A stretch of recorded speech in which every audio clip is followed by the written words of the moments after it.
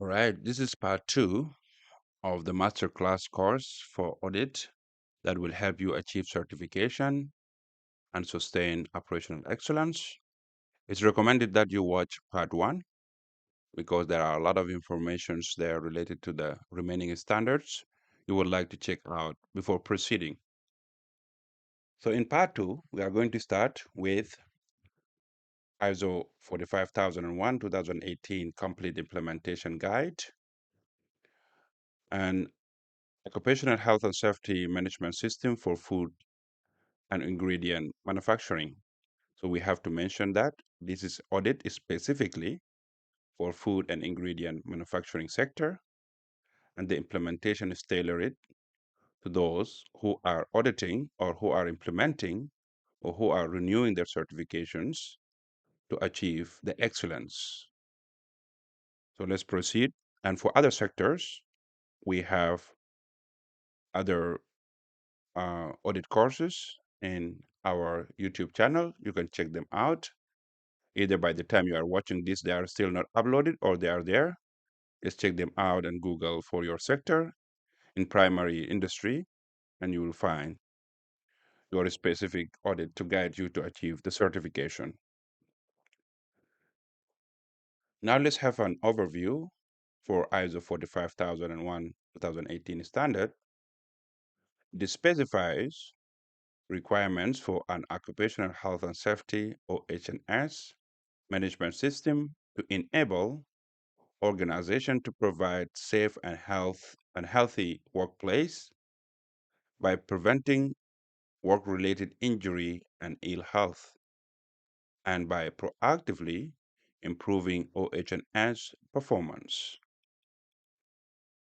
So for food manufacturing, critical OH&S standards include machinery hazards such as moving parts, pinch point, and entanglement.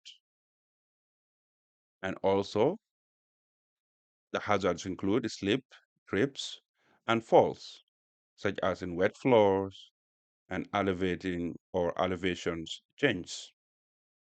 And also, the hazards include manual handling and ergonomic risks, and chemical exposure, such as for cleaning agents or sanitizers, and temperature extremes, such as freezers, ovens, and steams. And the hazards include also noise exposure from equipment and confined space hazards and LOTO or lockout, tagout requirements. Those are for food manufacturing.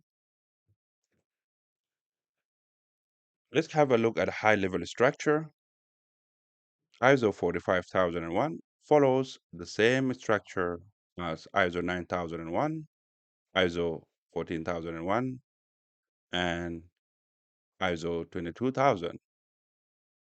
Class 4, context of organization, and Class 5, leadership and workers' participation. Class 6, planning. Class 7, support.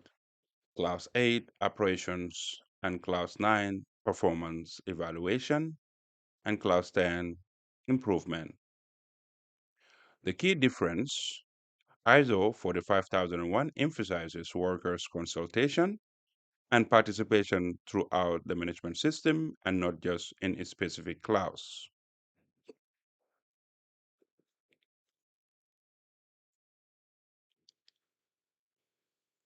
Now let's go through ISO 45001 2018 complete class checklist. And those are the documents and records you need to achieve the certification to be certified in ISO 45001. And first we will cover clauses 4, 5, and 6. Then we will demonstrate example of the exact implementation that you can copy and replicate in your organization. And after that, we will continue with the remaining clauses. So first, clause 4.1 requires you to determine external and internal issues relevant to OH&S management system, which means you need to create a document for context analysis for OH&S focused. And along with these documents, you need to have review records, and the review should be conducted annually. Retention period is 3 years.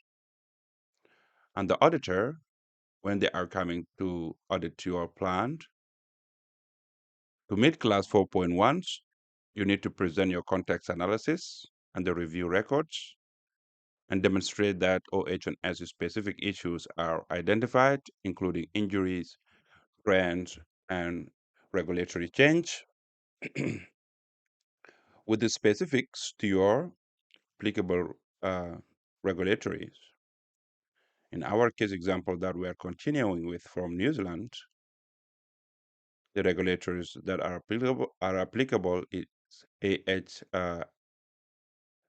HSWA 2015 updates, and also your issues should be identified for workforce demographics and equipment age.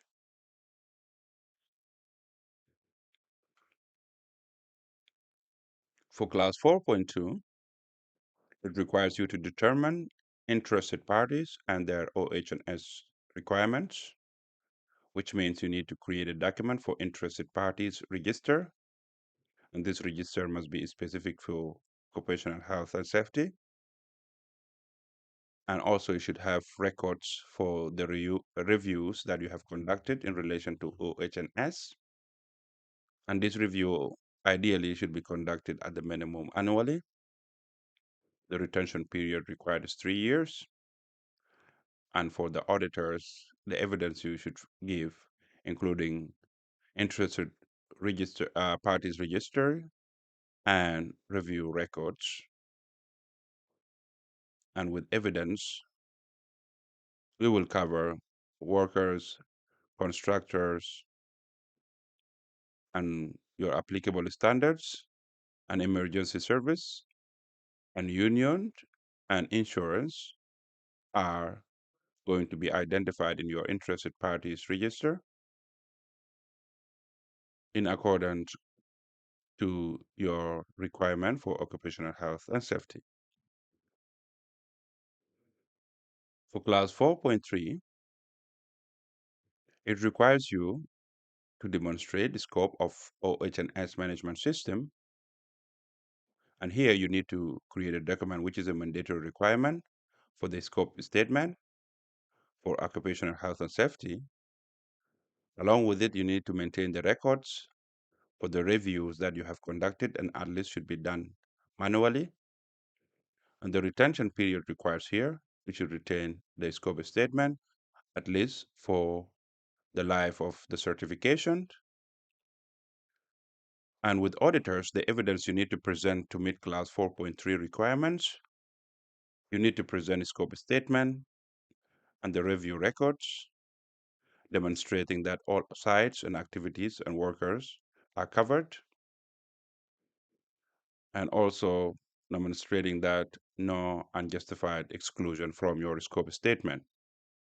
And if you need how to develop a scope statement, you will find it in in part one, where we develop a scope statement from scratch, and we make the comprehensive scope statement that you can just mirror it to your organization and tailor it, and you will be perfectly fine to meet the requirement. For class 4.4, it requires you to establish, implement, maintain, and continually improve OH&S in management system, which essentially means that you need to create a document for OH&S process map and also a document for process descriptions. Along with the process map and process description, you need to maintain process records, and the retention period for the records is 3 years.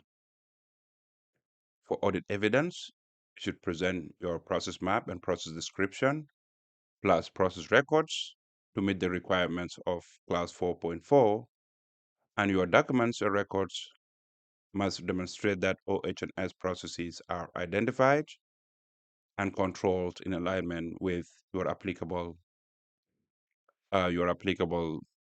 regulatory. In our case, it must be aligned with WorkSafe New Zealand expectations. For clause 5.1, it requires that the top management demonstrates leadership and commitment to OH&S, and there is no mandatory document required here, but the top leadership must demonstrate the commitment to OH&S through actions. And you need to keep evidence for those actions and keep those evidence for a minimum of 3 years. And for auditors, to meet the requirement of class 5.1, you need to present the leadership evidence demonstrating that management takes accountability for OH&S as per the regulatory requirements in your jurisdiction.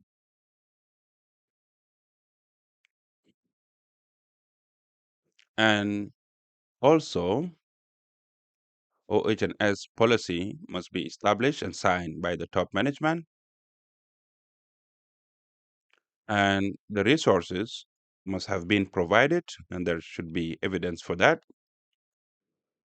for OH&S, and workers are protected from reprisals. There should be evidence for that as per the regulatory requirement in your jurisdiction. For clause 5.2, it requires you to establish OH&S policy appropriate to the organizations, which is a mandatory requirement for you to create a policy for occupational health and safety. And this policy also must include the records that you are conducting the reviews, and these records you must be maintained during the life of the certification. And the audit evidence you need to present to the auditor, your policy statement, and the records must confirm the commitment to provide safe conditions and commitment to meet legal requirements as per your regulatory requirements, and commitment to eliminate hazards and reduce risks, and commitment to continual improvement, as well commitment for workers' consultation and participation. So your records should prove that. And we will design together how you can create all this as we progress. Then class 5.3 required you to assign and communicate occupational health and safety roles, responsibilities, and authorities,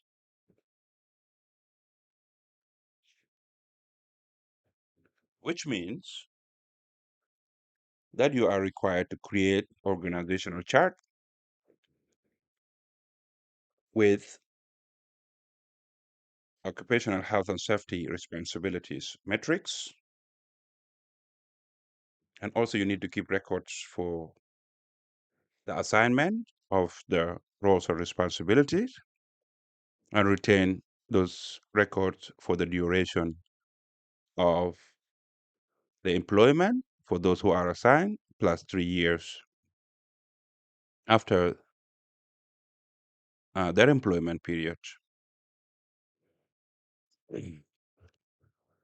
And for auditors' evidence, you need to present your organizational chart and OH&S responsibilities metrics along with assignment records to demonstrate that OH&S responsibilities are assigned with person conducting a business or undertaking. That means PCBU.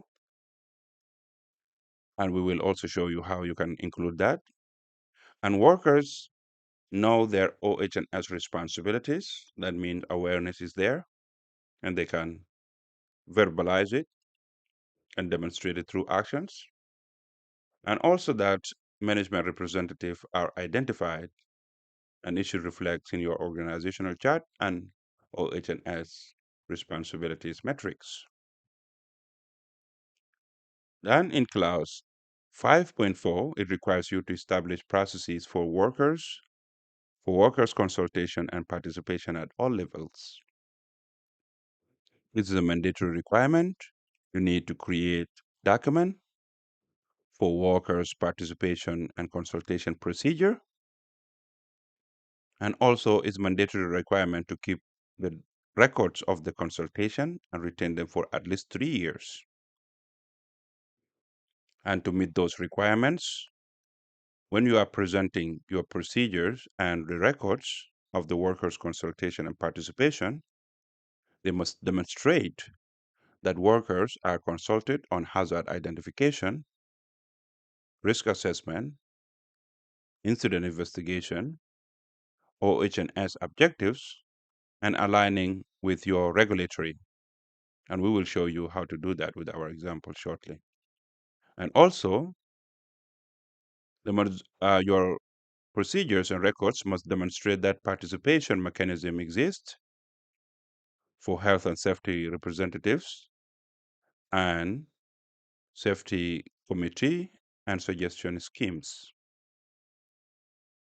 and that non-managerial workers participate, and also must demonstrate that barriers to participation are removed. Your documents must show that. We will show you, you will just need to copy paste and tailor it to your organization. Then we move to clause 6. In clause 6.1.1, it requires you to determine risks and opportunities for OH&S management system. That means you need to create a document for OH&S risk register.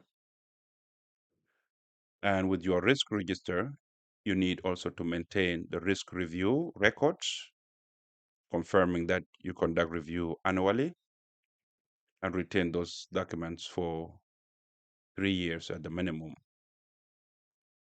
And with auditors' evidence, you should provide your risk register and the risk review records. And they must be complete to demonstrate that risk to OH&S systems are identified and aligned with your regulatory requirements and guidelines, and also that opportunities for improvement are identified in your risk register. In clause 6.1.2, it requires you to identify hazards and assess OH&S risks and opportunities. And that means you need to create documents for hazard identification procedures, and this is a mandatory requirement, and hazard register, and also risk assessments. Once you create those documents and procedures, you must also retain the records of hazard identification and risk assessment for at the minimum of 3 years, and this is mandatory requirement also. So to prove that to the auditor, you need to present your procedures and your records and your practices to demonstrate that systematic hazard identifications processes are aligned with your regulatory requirements and all work activities are assessed and routine and non-routine activities are also covered and human factors are considered and past incidents are reviewed and that emergency situation also are considered.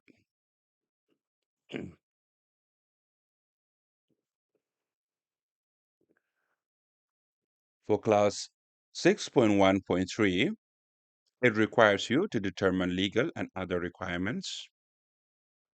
This is a mandatory requirement. So you need to create legal register, mandatory. And along with your legal register, you need to have legal compliance review records and retain them for 3 years. And this is also mandatory requirement. And your legal register and legal compliance reviews records, plus any other evidence you have, must confirm that all applicable uh, applicable laws in your regulatory or in your country are identified and compliance status are tracked also, and you are monitoring the updates for the legal updates in your country and access to legal texts or any means that you communicate with your legal updates. So your legal register and legal compliance review must confirm that to meet clause 6.1.3. And then if we move to clause 6.1.4, it requires you to plan actions to address hazards and risks, to address legal requirements, and to address risk and opportunities. And it's simply telling you that you need to create document for occupational health and safety action plans. And with these occupational health and safety action plans, you also need to maintain the implementation records for your actions and retain them for the minimum of 3 years. And for auditors, present the evidence to confirm that you meet the requirement of clause 6.1.4. Your action plans, document, and implementation records must confirm that actions are planned for significant risks and hierarchy of controls are applied as per your regulatory requirements and guidelines in your country, and actions are integrated into processes. And for clause 6.2, it requires you to establish OH&S objectives and plan to achieve them, which means you need to create occupational health and safety objectives document.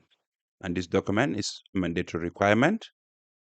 And with your document of the objectives, you need to include also and to retain objective monitoring records and retain them for 3 years. This is also mandatory requirement.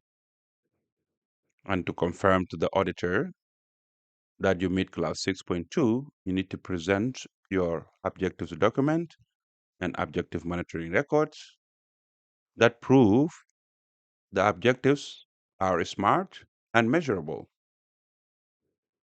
that your objectives are consistent with your policy of occupational health and safety, and that workers' consultation in setting objectives have been considered and included. And your documents and record also must show that the progress has been monitored. These are the requirements to meet class 4, 5, and 6. Now let me show you how to implement all those to create documents. I will demonstrate example with New Zealand context, but then you can tailor it to your own organization. This is a copy paste ready implementation. Just follow the steps I'm showing you and you will meet the requirements because this is international standards and it's applicable anywhere around the world. You just need to tailor it and to be consistent. So we are going to conduct occupational health and safety hazard identification and risk assessment, aligning with WorkSafe New Zealand guidelines. We start with assessment date, and we state the assessment team. In our assessment team, we wrote down the names and designations. So we start with HR manager, we put their names, and they are the team leader for occupational health and safety. And we include operational manager, and we wrote down their name. And we include production supervisor, and we wrote down their name. And we include maintenance supervisor, and we wrote down also their name. And we included health and safety representative. So you see here, this is important. Take a note there and make sure to include health and safety representative from the shop floor, from the frontliners, and it must be elected by the staff in their department. Here we included health and safety representative elected by production staff. That's where this representative is working. And also we include somebody from the top management, managing director, we include them. And this to cover the point that require PCBU. All right. And then we included external consultant to make sure we are aligned with the regulatory requirements. So in this case, we included consultant for technical guides and alignment with WorkSafe New Zealand. So it's all about compliance. And in compliance, if in technical there are some issues, there is no harm in inviting external supporter, but importantly, when the consultant come, the ownership of the documents and the ownership of the process must be owned internally. That means the consultant should come and transfer the knowledge, not just to uh, not just to create the documents, but the consultant should come and transfer how to create the document and how to follow the process and how to conduct the task. So use the consultant wisely. When you have a consultant, they should come and show the internal team how to do the job. So when the consultant is not around, the system should not collapse. You should retain the knowledge internally. All right. Now, after we have wrote down the team, and you can do the same, now we state the methodology we are using. And here we are using, for our risk assessment and identification, we are using 5x5 risk matrix, which means we multiply the likelihood by severity to have the risk rating. And this is consistent with WorkSafe New Zealand guidelines. So that means in your jurisdiction also use appropriate methodology, but 5x5 is applicable almost universally. So you can use the same method also. And here, to explain likelihood, in likelihood we grade it. 1 is equivalent to rare, 2 equivalent to unlikely, 3 is equivalent to possible, 4 equivalent to likely, and 5 equivalent to almost certain. For the severity, 1 is equal insignificant, 2 is equal minor, 3 is equal moderate, and 4 is equal major, and 5 is equal catastrophic. So when you multiply likelihood by severity, you will have risk rating. And for risk rating, we classify from 1 to 6 equals low, low risk. And from 7 to 12, it's equal to medium. And from 12 to 25, it's equal to high, high risk. And this is 5 by 5 risk matrix that you can design the same. And this is a visual representation of what we just explained. Now, let's go through the risk assessment together for the production of line 2 from the same company that we started in part 1. So now we are conducting the risk assessment in line 2 cake mix as an example, but you can replicate this the same way in all other production lines in your organization, and you will have world-class best practices to prevent any harm in your organization. In our line 2, the cake mix, the activity is there. It is operating reborn blender, which is manual ingredient loading and blending task. The hazards we have identified in line 2, cake mix. First, we have manual handling hazard. And manual handling hazard, we have lifting of 25 kg flour bag. So this is our first hazard being identified. The hazard type here is ergonomic hazard. And who is at risk are production operators that are working in line 2. And then you need also to list down the current controls.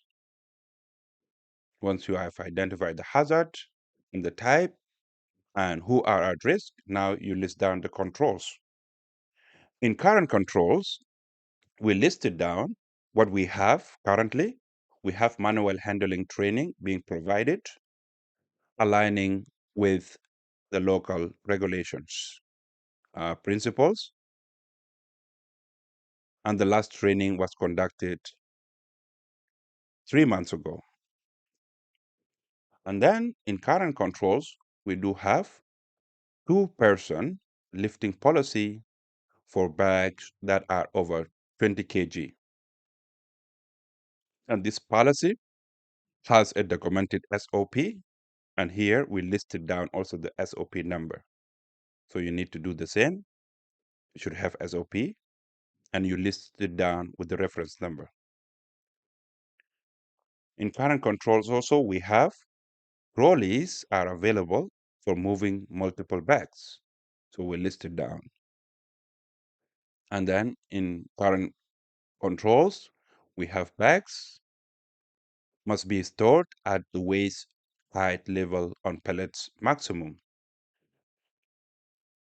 So also we listed down this as our current controls.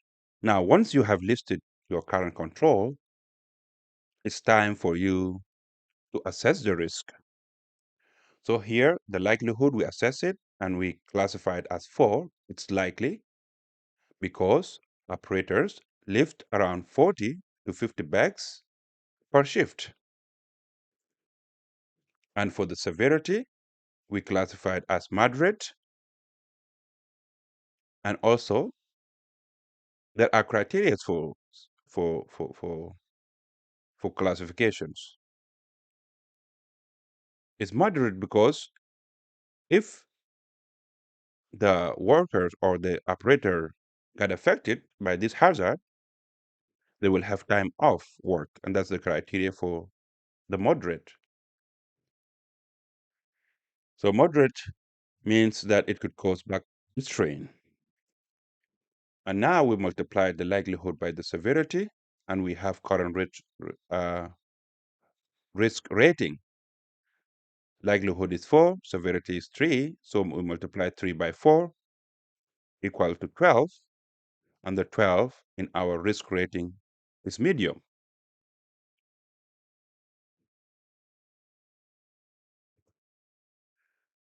So now, with this current risk being medium, we need to look at additional controls needed to reduce it,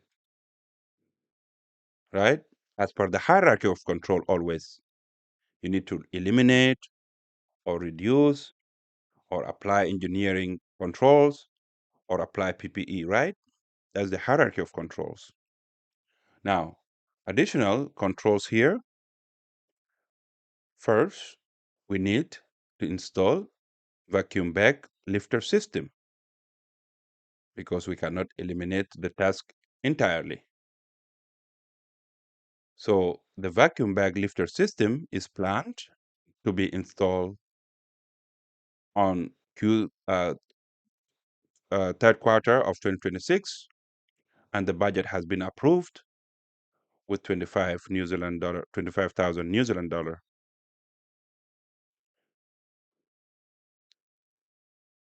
And also for additional control, we need to rotate operators between tasks to reduce lift, repetitive lifting. And also, we will implement pre-shift stretching routine. So those are our additional controls.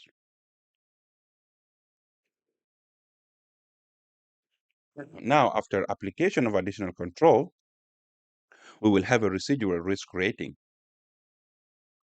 And we concluded at 6 to be low. So that was the objective, to reduce the risk. And now risk is low.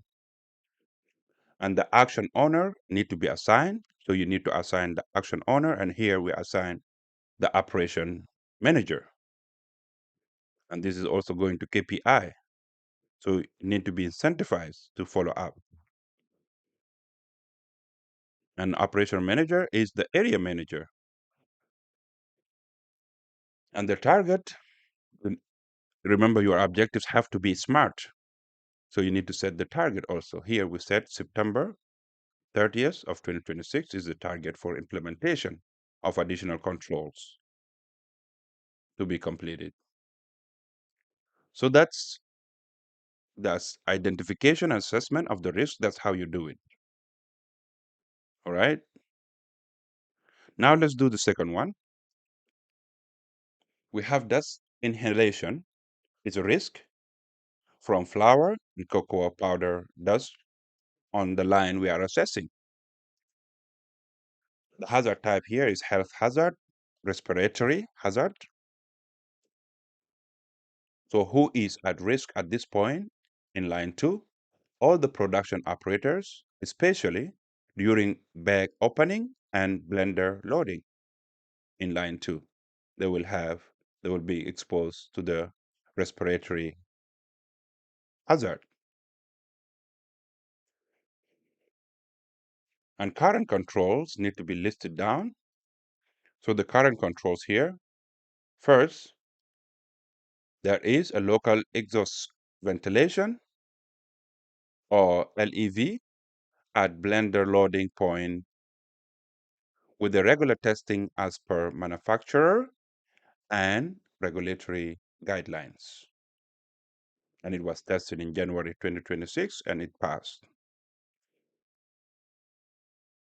And also in current control, there are P2 dust masks being provided and are mandatory to be worn. Mandatory is not just verbal, there is also a documented SOP, and you need to include the reference of SOP. So that could be a gap you can also pick up if you have tasks that are done without having SOP. You can also pick up that gap and correct it. Also in current control, we have enclosed blender design to minimize the dust escape. And also we implemented wet cleaning methods as part of the current controls existing. And there is no dry sweeping. And this also As you can see, if it's missing SOP like this, you can take that also as a point for improvement, opportunity for improvement. But definitely, this is part of cleaning SOP. Now, after listing the current controls, the likelihood is assessed at 3. 3 means possible because dust exposure occurs but is controlled. And the severity is set at 4, which is major because there are potential for occupational asthma and Baker's lung. So in case workers inhalate the dust, they will have severe consequence. Now, since we have likelihood and severity, to have risk rating, again, we need to multiply likelihood by severity. And by multiplying 3 by 4, we have the current risk is 12, current risk rating, and 12 is medium. So we need to apply additional control. The additional control needed, first, we need to implement health surveillance program with annual lung function tests for exposed workers. Then we need to upgrade to P3 masks for cocoa powder handling for high dust levels.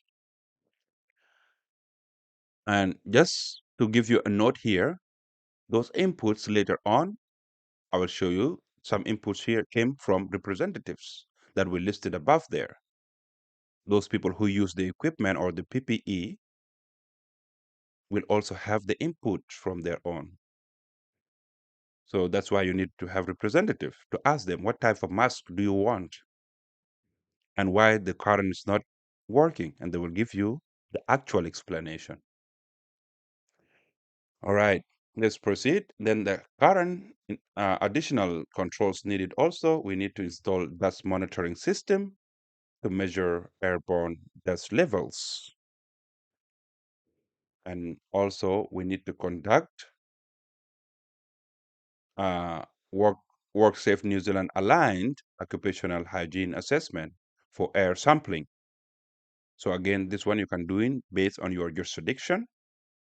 You can say, for example, you need to conduct occupational health hygiene assessment based on your regulatory requirements for air sampling.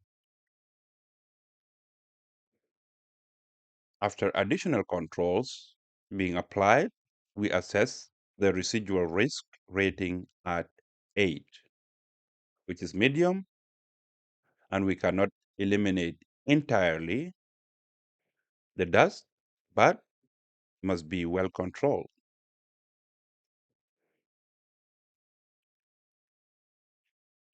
Now, the action owner have to be assigned, and here we have assigned the HR manager, and you put down their name as well. And later on, everybody need to sign the document. And the target date need to be mentioned specifically, and here we mention is 30th of June. That's the second risk. Second hazard, assessment, identification and assessment. Now, let's move to the third one for the machinery entanglement from rub and blender rotating shaft in line 2. The hazard type here is physical hazard, mechanical hazard.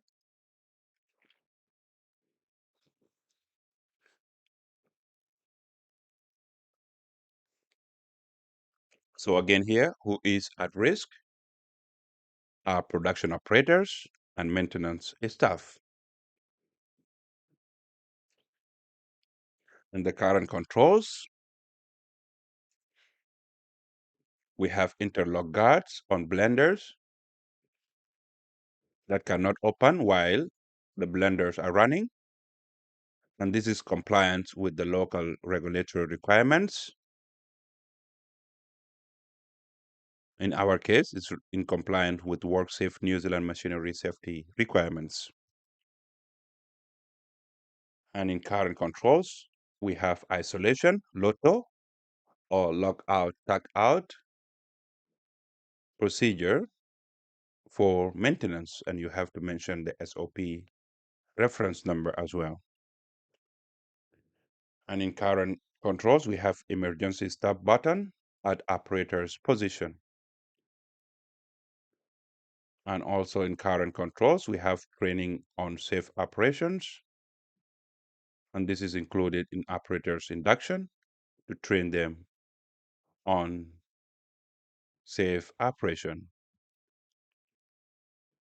And also in current controls, we have warning signs on equipment. So here the likelihood is 1, it's rare because the interlock prevent access during the operations. But the severity is set as 5, it's catastrophic. In case somebody get entangled, it could cause amputation or fatality. So the current risk residue, you multiply likelihood by the severity, and you get 5, which is low, and it's well controlled by engineering controls. So additional controls needed here. First, we need to conduct annual inspection of interlocks by external engineer to give a new and fresh perspective, because we tend to have blind spot always when we get used to something. And this has been added to maintenance schedule. And also in additional control for isolation, LOTO, we need to conduct competence assessment for all the maintenance staff. And then we need to install additional guards on drive belt area, which has been identified as gap during assessment. And this is aligned with local regulatory guidelines for health and safety. So the residual risk rating after additional controls has been assessed at 3, which is low. And the action owner here has been assigned, and we have assigned maintenance supervisor with his name also being written down. And the target date is March 31st, 2026 to implement additional controls. Now let's look at the fourth hazard is noise exposure from line 2 that we are assessing. Noise exposure from blender and packaging machine operation. The hazard type here is health hazard, that the hearing damage. And who is at risk here is production operators in line 2. The current controls, we have noise assessment being conducted in 2024, and it was measured at 87 dBA at operator's position, which is above the requirement of the local authorities. It's above WorkSafe New Zealand actions level of 85 dBA for 8 hours TWA. Hearing protection, we have earplugs being provided and are mandatory in production area. And there is also signage as part of the current control, which reads, hearing protection must be worn. The likelihood is set at 4, it's likely the exposure occur during daily for 8-hour shift. Severity is set at 3. It's moderate with the potential for hearing loss over time. Current risk rating is set at 12. It's medium. For additional controls needed, we need to implement comprehensive hearing conservation program aligning with local authorities. And we need to upgrade to noise cancelling earmuffs, which are better protection than plugs. And we need to investigate engineering controls, for example, acoustic enclosure for blenders, and the quote has been obtained. And also, we need to repeat noise assessment after any equipment change. Those are additional controls needed. And the residual risk after the implementation of additional control will be 8, which is medium. And the action owner has been assigned, and here is HR manager with their name being written down also. And the target date has been set with the specific date. Now for the fifth hazard, we have slips, trips, and falls. From flour spills on floor. The hazard types here is physical hazard. And who is at risk? All production staffs are at risk, including also visitors. The current controls, there is no slip flooring has been installed in 2021. An immediate spill cleanup procedure is available with SOP number being mentioned. And good housekeeping inspection is conducted daily by the supervisor, and this is adhering to local regulatory authorities. And adequate lighting with 500 lux has been measured, and this is consistent also with the authorities' standards. And designated walkways have been marked with yellow lines. Likelihood here is set at 3. It's possible because spells occur occasionally. And the severity is set at 3. It's moderate because it could cause fracture and sprains. The current risk rating is rated at 9 and it's medium. Additional controls are needed.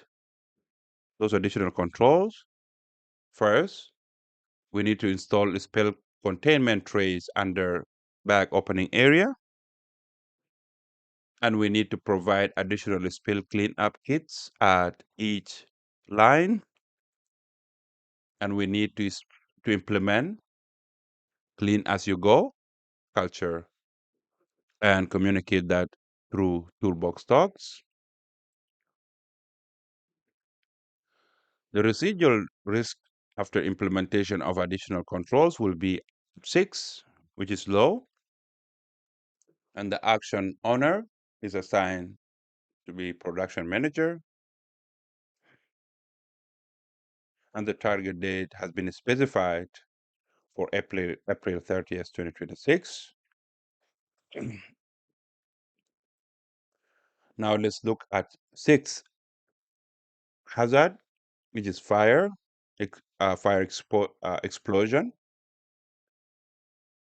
from flour dust accumulation. The hazard type here is fire explosion hazard from flour dust because it's combustible dust. So who is at risk? All site personnel are at risk. Current controls, there is dust extraction system with filters, which is cleaned weekly, and no ignition sources in production area. The electrical equipment has been classified as non-ignition source as per the local requirement,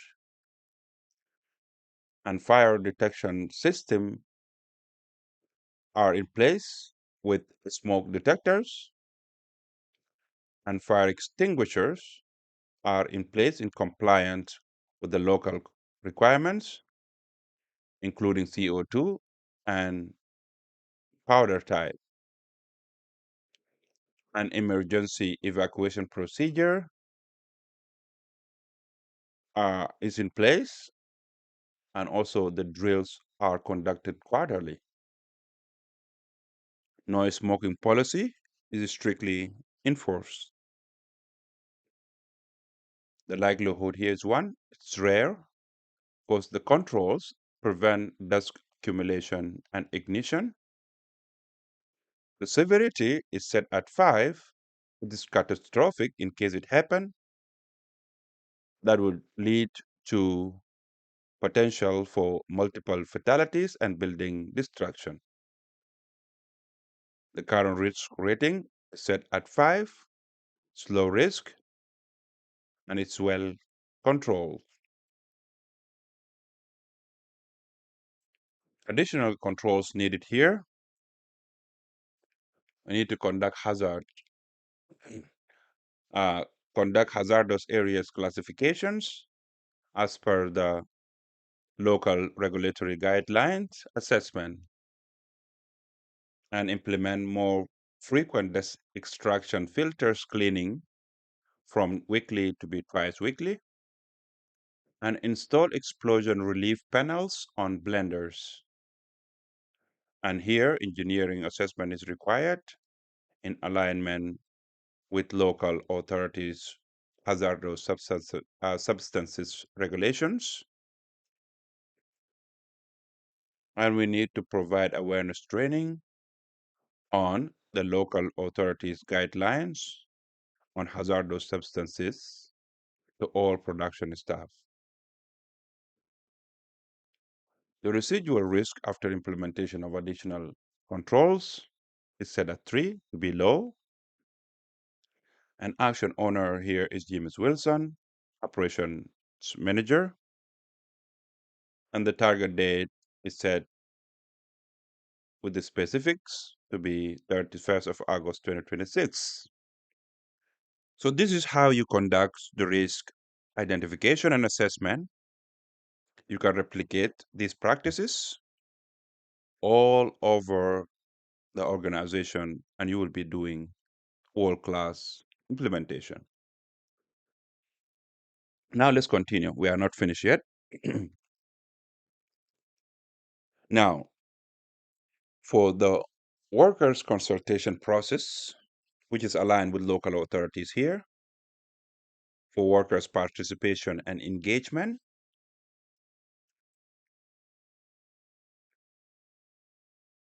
you need to follow the same process as well, and most likely, universally, it's applicable, most likely, but check with your local regulations.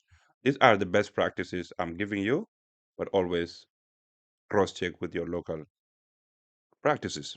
Now, for health and safety committees meeting was took place on 12th of February, for example, and the attendees, we have management representatives. We brought in the production manager, uh, also production supervisor, and no, production manager, quality supervisor, and managing director as representatives of the management for safety committee. And for health and safety committee, we road representative, from production, from warehouse, and from maintenance, the shop floor workers or the frontliners. So we have John Mitchell from the production frontliner, Emma Clark from warehouse frontliner, and Raj Patel from maintenance frontliner. So you need to have your committee mix of management representative and health and safety representative from frontliners, and the agendas need to be set. So here is to review draft risk assessment for production line. So you see, for the assessment that we conducted, you need to involve people who are working on it. Now, here are the workers' input. We have from John Mitchell, for instance, the person from the production frontliners, who is a production health and safety representative, said the 25 kg bags are really heavy, especially by the end of shift, and some of us have back pain, and the vacuum lifter would be great.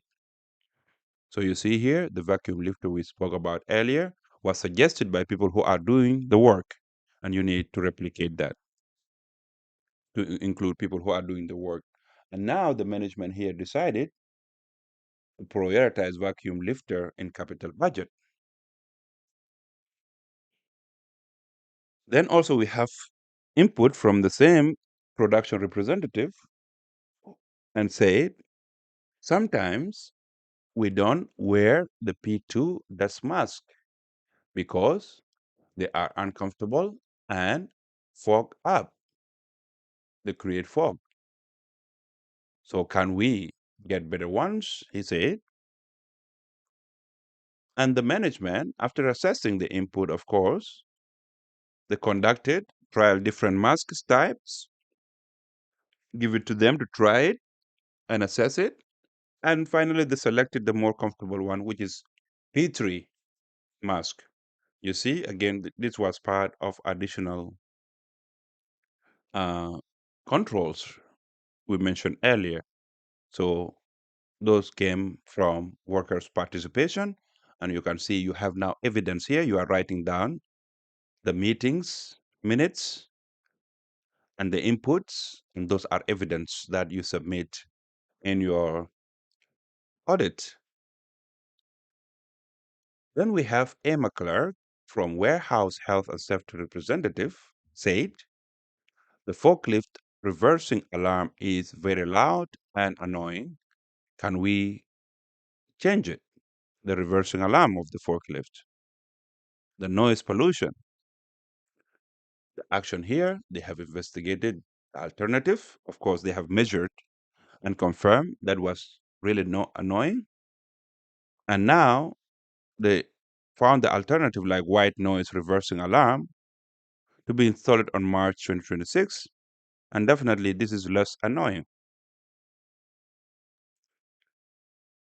And then input from maintenance health and safety representative said we need more isolation locks. Sometimes we share the same lotto, which is not safe. And that's a valid point. Action here immediately to order the order 10 additional isolation lockouts locks and issued to each maintenance technicians their own lotto devices.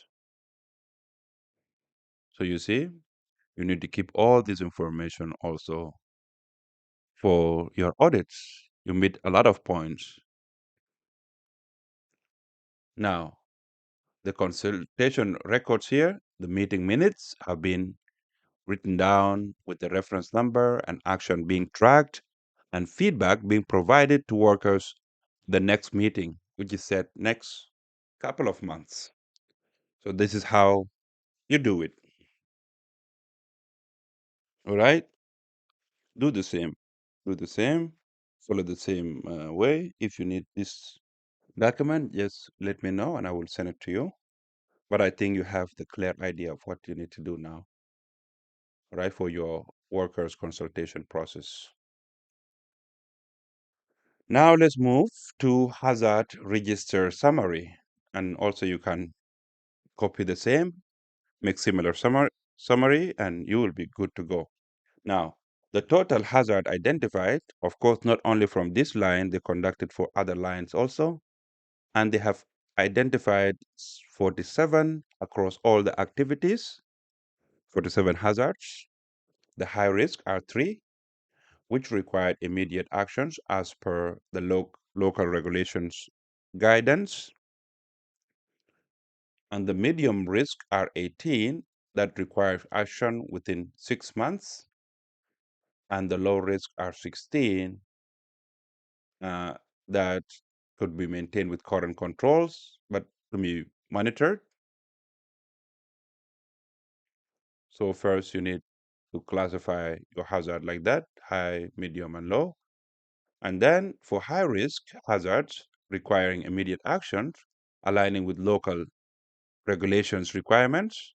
Here in our case, example, aligned with WorkSafe New Zealand notifiable events.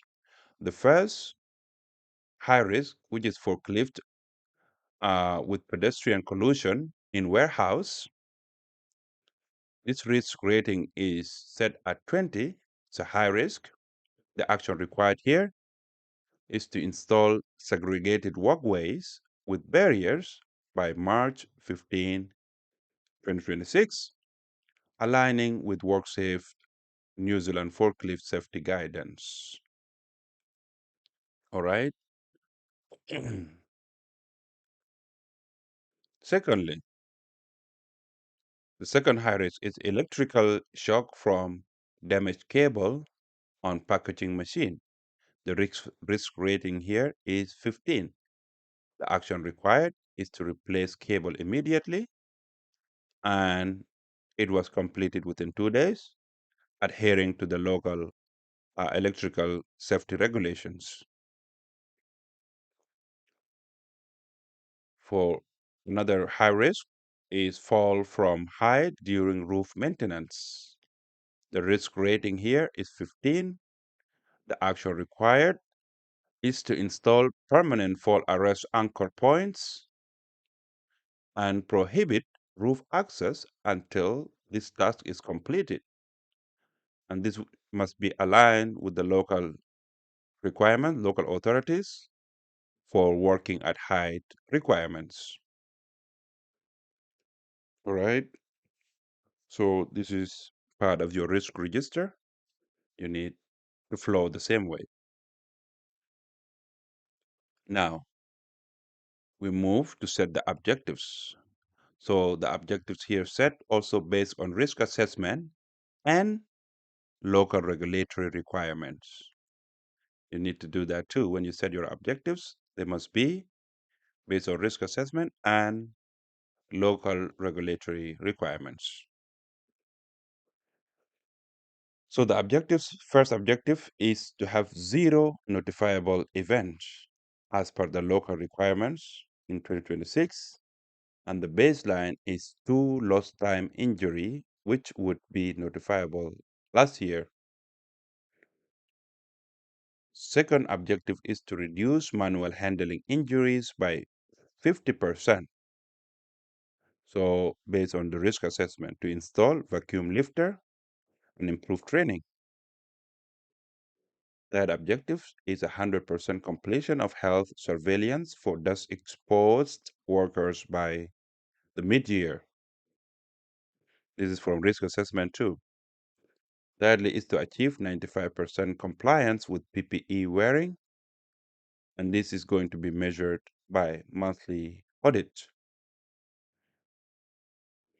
All right. Now the documents created here, if you do the same, you will have hazard identification procedure, and you can describe it with the reference number to describe the methodology also in your procedure and responsibilities and review frequency aligning with your local regulatory requirement. And also you would have hazard register created out of these activities with the master list of all the hazards with risk rating. And also you will have risk assessment being created, and you note it down also with the reference number, detailed assessment for each activities. You will have risk assessment summary also with one-page summary for management review, an action plan with also reference number to track all the action from risk assessment with honors and deadlines. And also, you would have created workers' consultation records with reference number for health and safety committee meetings. So you see how many documents now, how many clauses have you met there if you reviewed the requirements, all right? Now, the review and update process, you have also to note it down. The risk assessment must be reviewed in case of, first you do it annually, that's non-negotiable, is earlier. This is a requirement. Then you need to review it when notifiable events or incident happen as per the local regulations requirements. Also, when new equipment or process are introduced, change management, remember, and also when new hazards are identified, and after change to legislation as per the updates from your local registry. Local regulations, you will keep yourself updates, right, with them. So in case of any change, you update your risk assessment. And then also, you will review it when workers or health and safety representatives raise any concern. You also need to review and update your risk assessment. The example update will be risk assessment for forklift operations have been updated after near miss incident with forklift reversed into pallet racking. So additional control here is added, speed limiters installed on all the forklift, aligning with your local regulatory safety guidelines. So the audit evidence that you would have prepared for all the examples we give, you have hazard register with all the hazards being documented, 15 or whatever number you have, detailed risk assessment covering all the work activities and workers consultation records with health and safety committee minutes and evidence of workers participation, you see? So some of the representatives sign also on the risk assessment, an action plan with progress tracking, all right? And also the training records.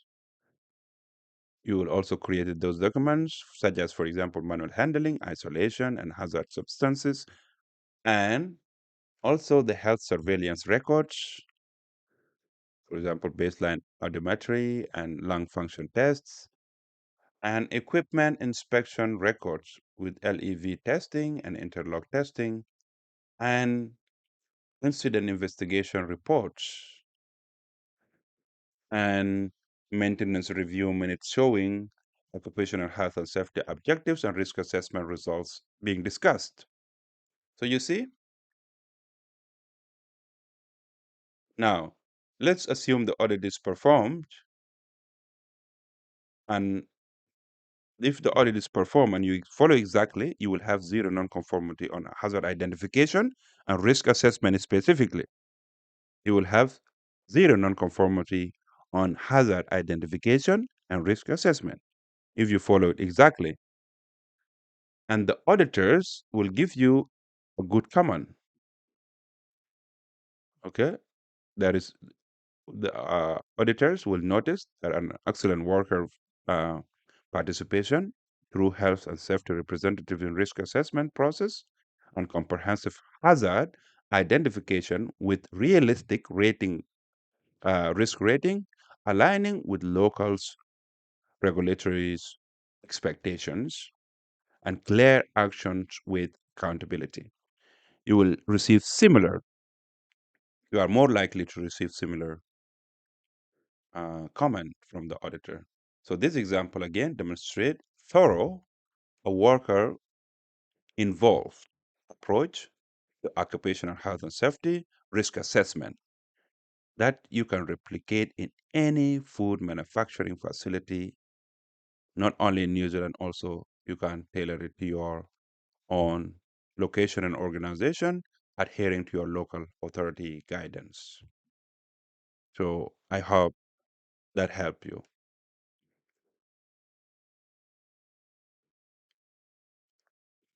Now let's continue to finish the complete class checklist with class 7, class 8, and class 9, and class 10. Give me a second.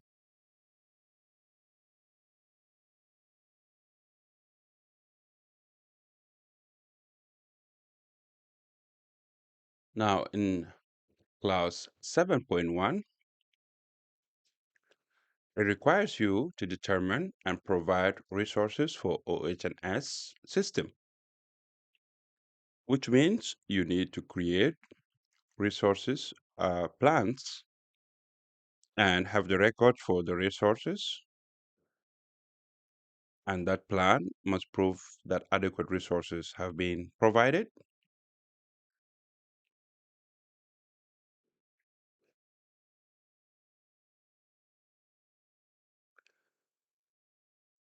Then we have in that's class 1 point, uh, class 7.1, you can prove the budget allocations or the adequate staff or the machinery or the PPE. All these can prove to close class 7.1 requirements. For class 7.2, it requires you to determine competence for OH&S and ensure competence and raise uh, and retain the records. That means you need to create competence metrics for occupational health and safety and also retain the records of the training you have conducted and toolbox talks and all that. And with the training metrics and records, you need to retain them for the duration of the employment plus 7 years, and this is mandatory requirements.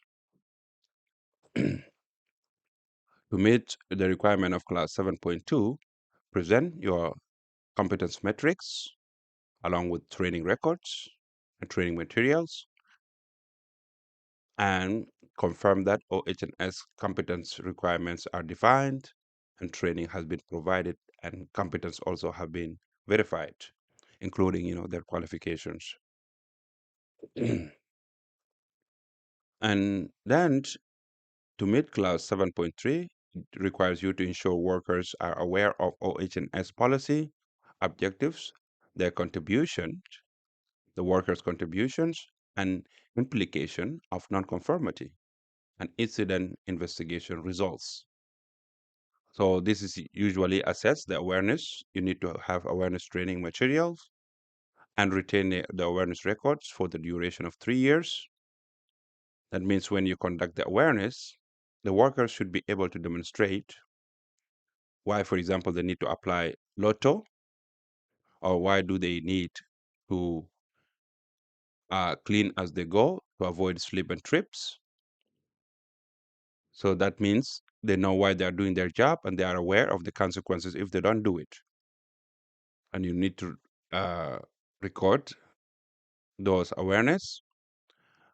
And to close this point, you need to present your training material and your awareness records. So usually avoid doing it verbally without recording the sessions, even if it's 5-minute sessions. But it must be essential to conduct those awareness and inductions and all that.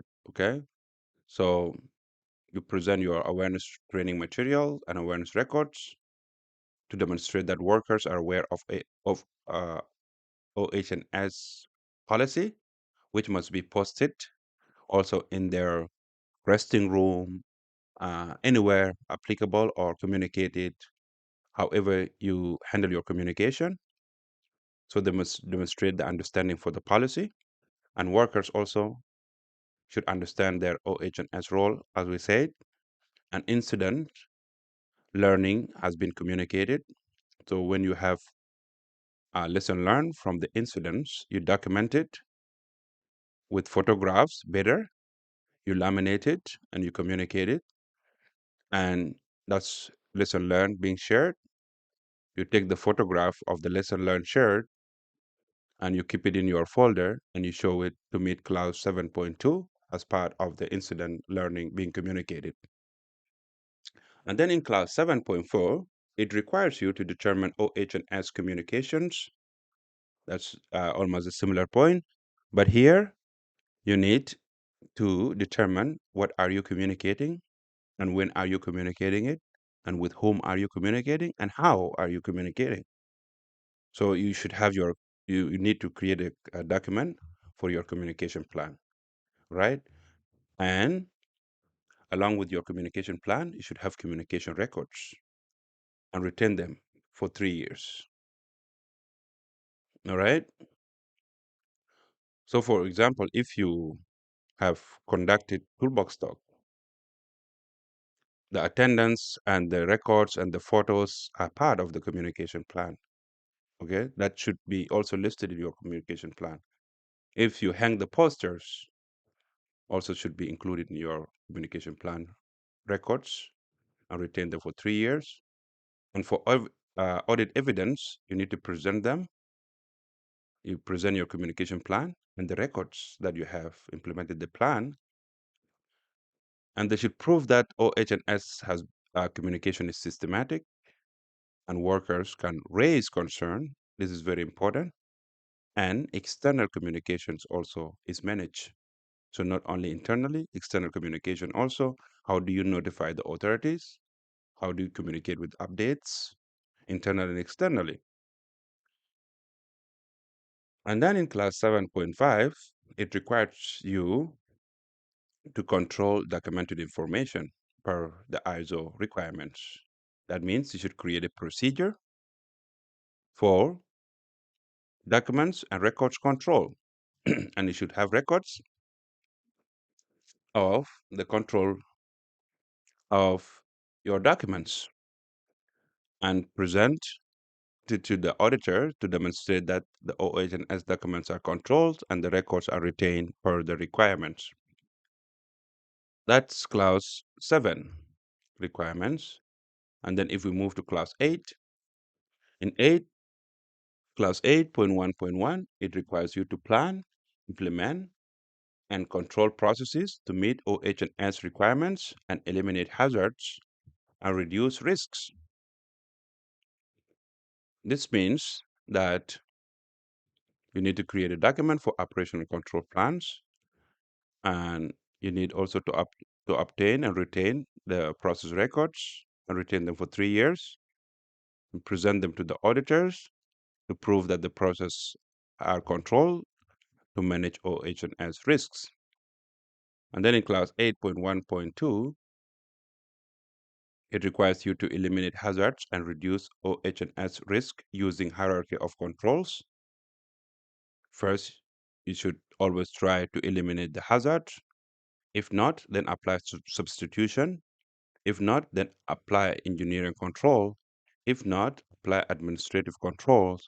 And if not, apply PPE as a hierarchy. So it requires you here is just telling you to create a document for risk control plans showing the hierarchy and implement it based on the hierarchy and keep the records of the implementation. And for the audit evidence, show the implementation records and show the control, the hierarchy of control, the control plan showing the hierarchy, and demonstrate that the hierarchy of controls are applied and elimination and substitution are prioritized based on the hierarchy, of course. And then engineering also, engineering controls come before the PPE. And then in clause 8.1.3, it requires you to establish process for management of change. And here it's asking you to create a document for the management, to create a procedure for the management of change. And this is a mandatory requirement.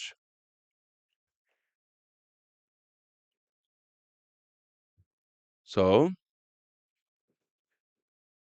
along with the management of change procedure, which is a mandatory requirement, you need to retain the records of change for 3 years minimum, and this is also mandatory requirement. For audit evidence, you need to present your procedure for the management of change and the records of change to demonstrate that the change are assessed for OH&S impact before implementation, and also to demonstrate that temporary or permanent change are controlled and workers' consultations are participating on change.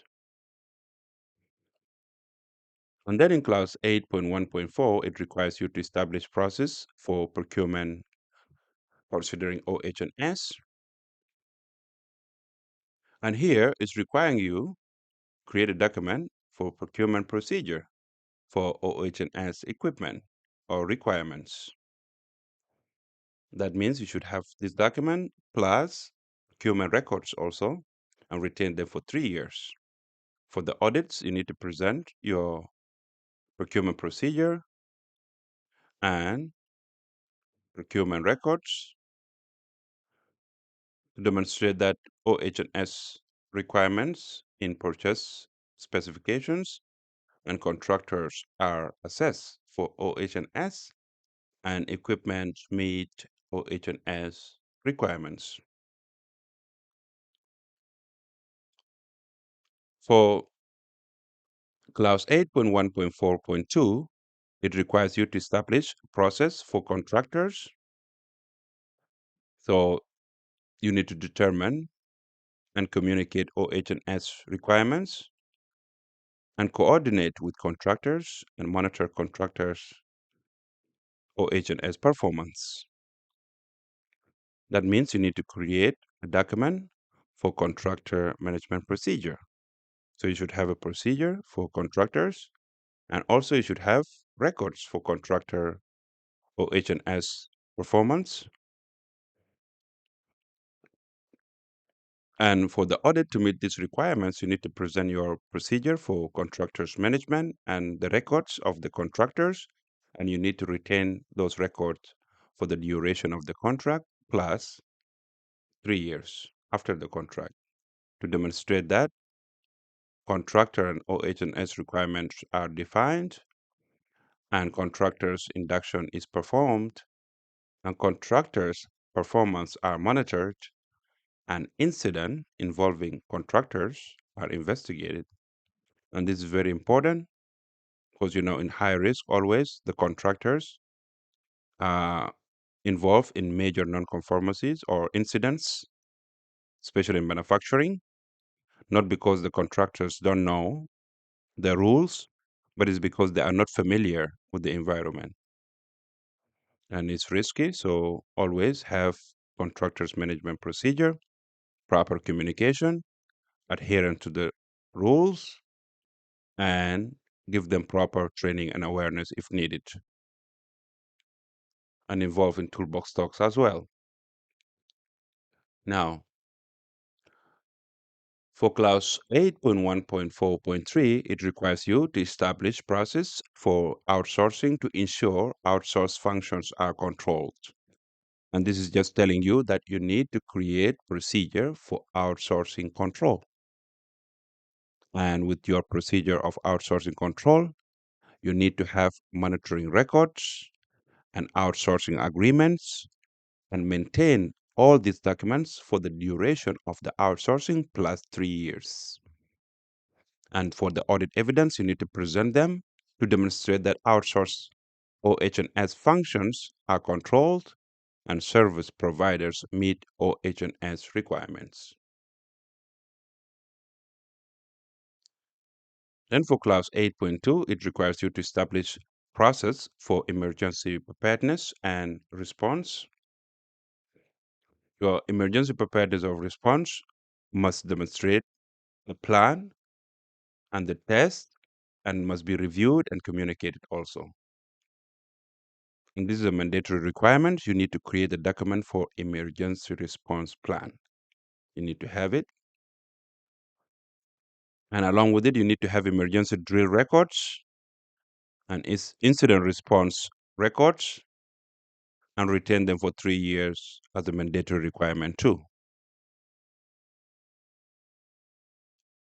And when the auditors comes to meet clause 8.2, you need to present your emergency response plan plus emergency drill records and incident response records and confirm that emergency scenarios are identified, including fire, chemical spills, injury, and natural disaster, and also demonstrate that response procedures are documented and drills are conducted regularly and plans are reviewed and updated, emergency plans, and the workers are trained on emergency procedures. Those are the records you need to keep along with your emergency response plan. And then um, in class 9, now as we move to class 9, that's class 8. Now we move to class 9.1.1. It requires you to determine what to monitor, what to measure, and by which methods you will carry out the monitoring or measurement. When are you going to carry that out? And you need to analyze and evaluate also.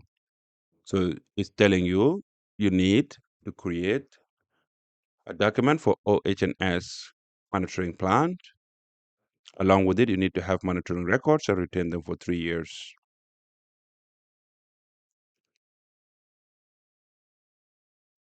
And for the auditor's evidence, you need to present your OH&S monitoring plan along with monitoring records that confirm that OH&S performance are monitored, including leading and lagging indicators, and compliance with legal requirements monitored, and effectiveness of controls that are monitored, such as the objectives that we said earlier. And then in class 9.1.2, you need to evaluate compliance with legal and other requirements. Again, we demonstrated this earlier. Most of the points here, we demonstrate them with earlier examples. If you go back, you can recreate the same. Now, for evaluation of compliance, this is a mandatory requirement and it requires you to create a procedure for compliance evaluation, mandatory requirements. And for this, with this procedure, you need also to keep records of your compliance evaluation and retain them for 3 years, and also is mandatory.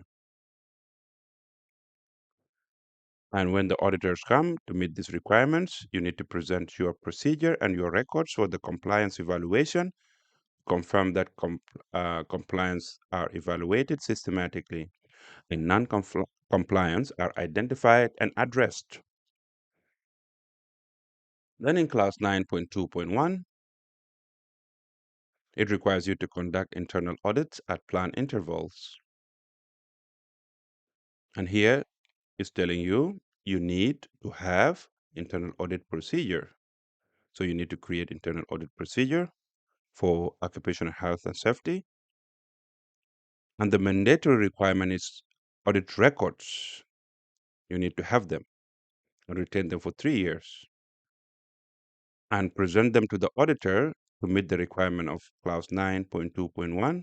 And you must demonstrate that with your evidence and practices that occupational health and safety audits cover all the requirements annually, and auditors are competent in occupational health and safety, and nonconformities are identified and corrected.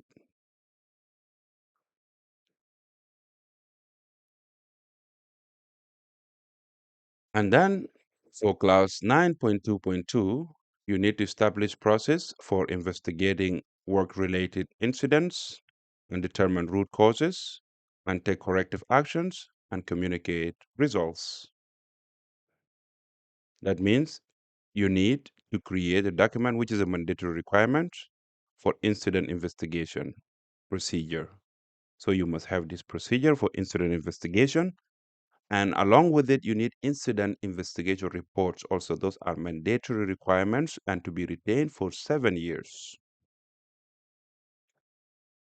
And when you are presenting to the auditor, your documents and evidence must confirm that all evidence or incidences are investigated, including injuries, near misses, and dangerous occurrences, and root causes are analysis is performed, and corrective actions are implemented, and workers are consulted in investigation, and the learnings are communicated, similar to earlier requirements. So you need here, and those are mandatory requirements. And for clause 9.3, it requires that top management must review OH&S system at planned intervals. And here it requires you to create a procedure for management review. And it's mandatory to have management review records and retain them for 3 years. And you present to the auditor your management review procedure and management review records with evidences to confirm that review are conducted minimum at annually and all required inputs are considered, like what we did earlier, and decisions and actions are documented. That's how you meet clause 9.3. Now let's move to clause 10. In clause 10.2, it says that when incident, or just give me a second, I've seen something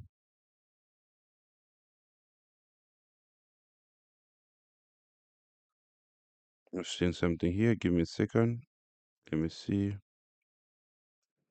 Mm,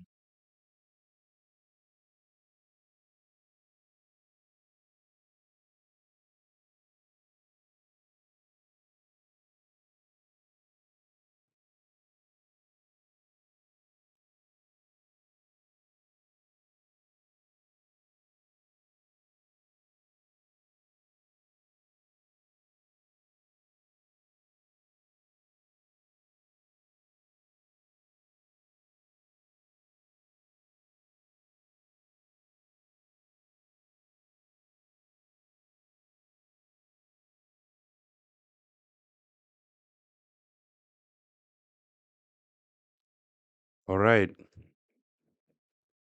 Clause 10 requires you that when incidents or nonconformities occur, you need to react, investigate, determine the causes, take corrective actions, evaluate effectiveness, and make change to occupational health and safety system. This means mandatory, you need to create a procedure for corrective action. Simply, that's what it means. But it need to include all the elements and follow the same requirements. And with your corrective action procedure need to be implemented and you need to keep the records of corrective actions and retain them for 3 years mandatory also. And for the auditor, you can present your records of corrective actions and evidence of corrective actions with procedure of corrective actions to demonstrate that incidents trigger corrective action and the root causes are addressed and effectiveness are verified and OH&S system are updated. Then in clause 10.3, it requires you to continually improve OH&S performance.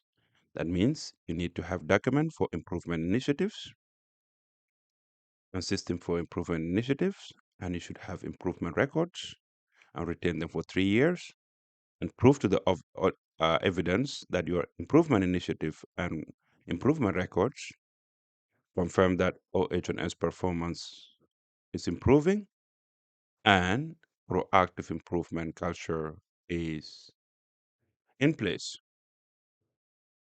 So that's the complete list, class checklist.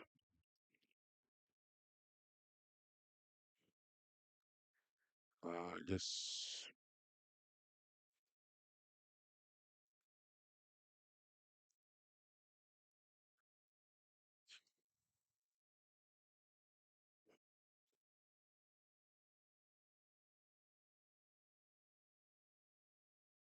let me see. Yep.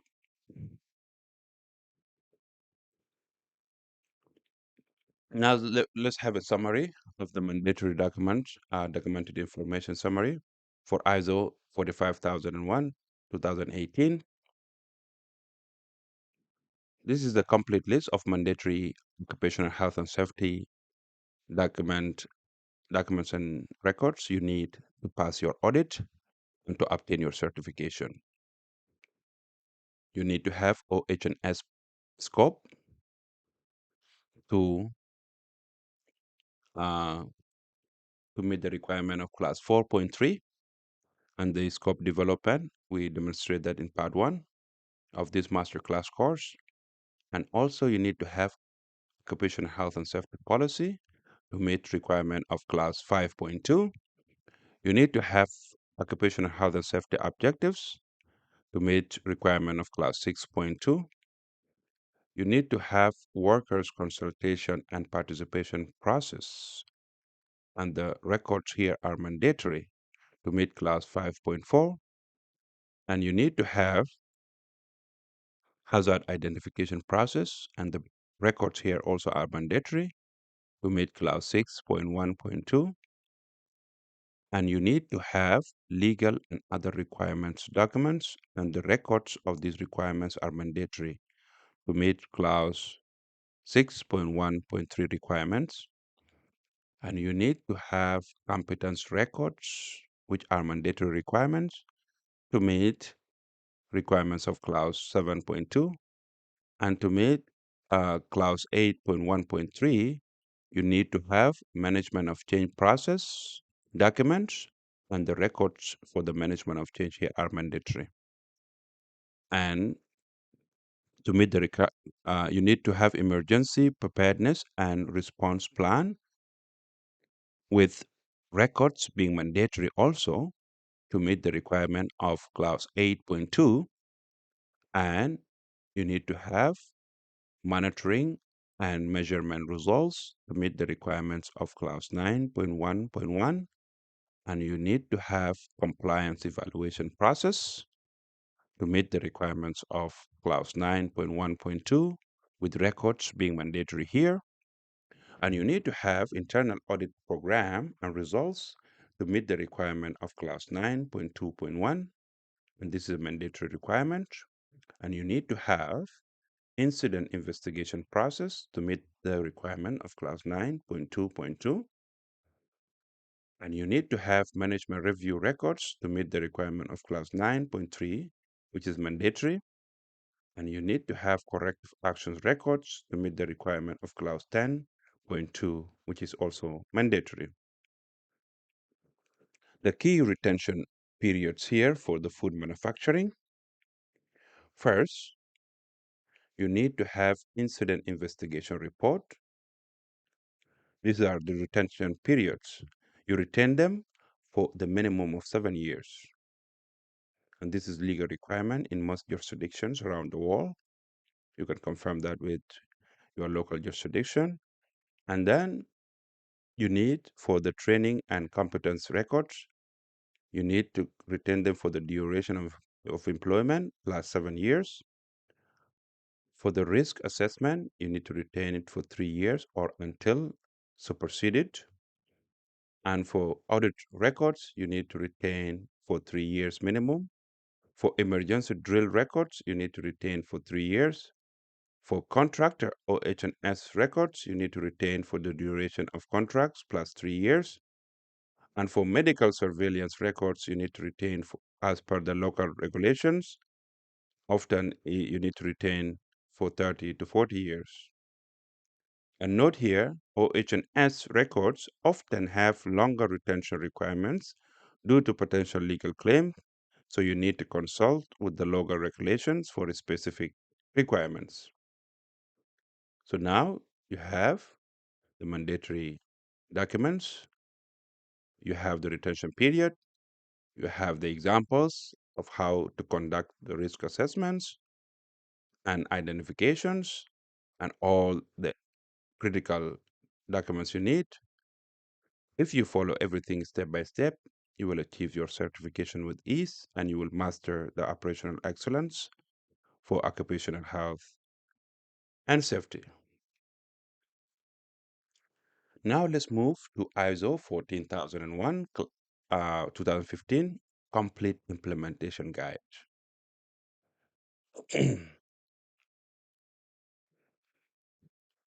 Just give me a second.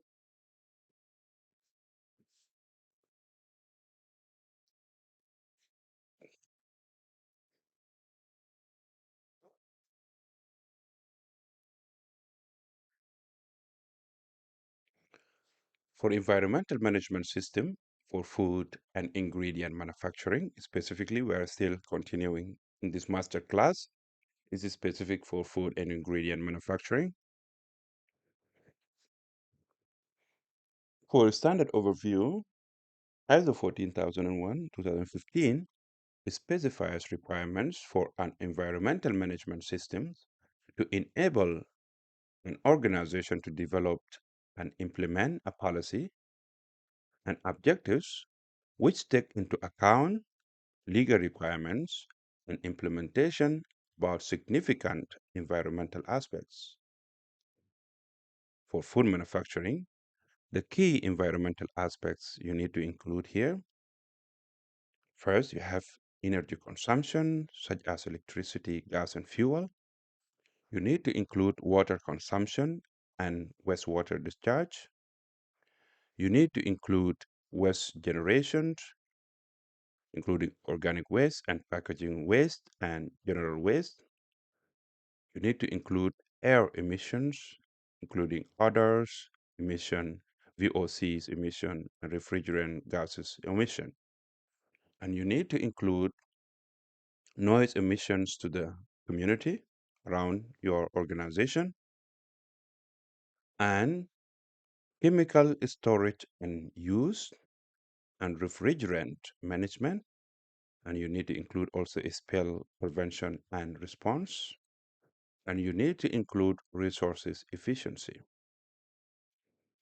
Those are the key environmental aspects you need to include as the food manufacturing or food and ingredient manufacturing.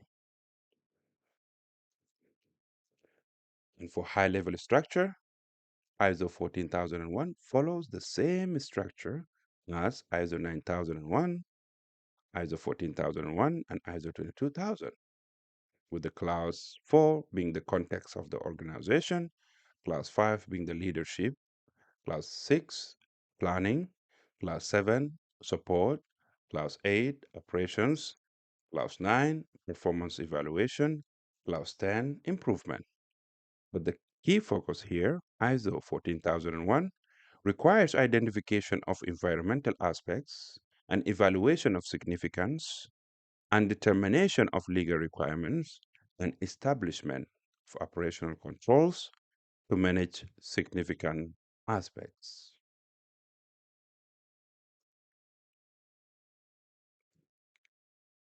Now let's take a look at the complete list class checklist for all the classes in ISO 14001 2015.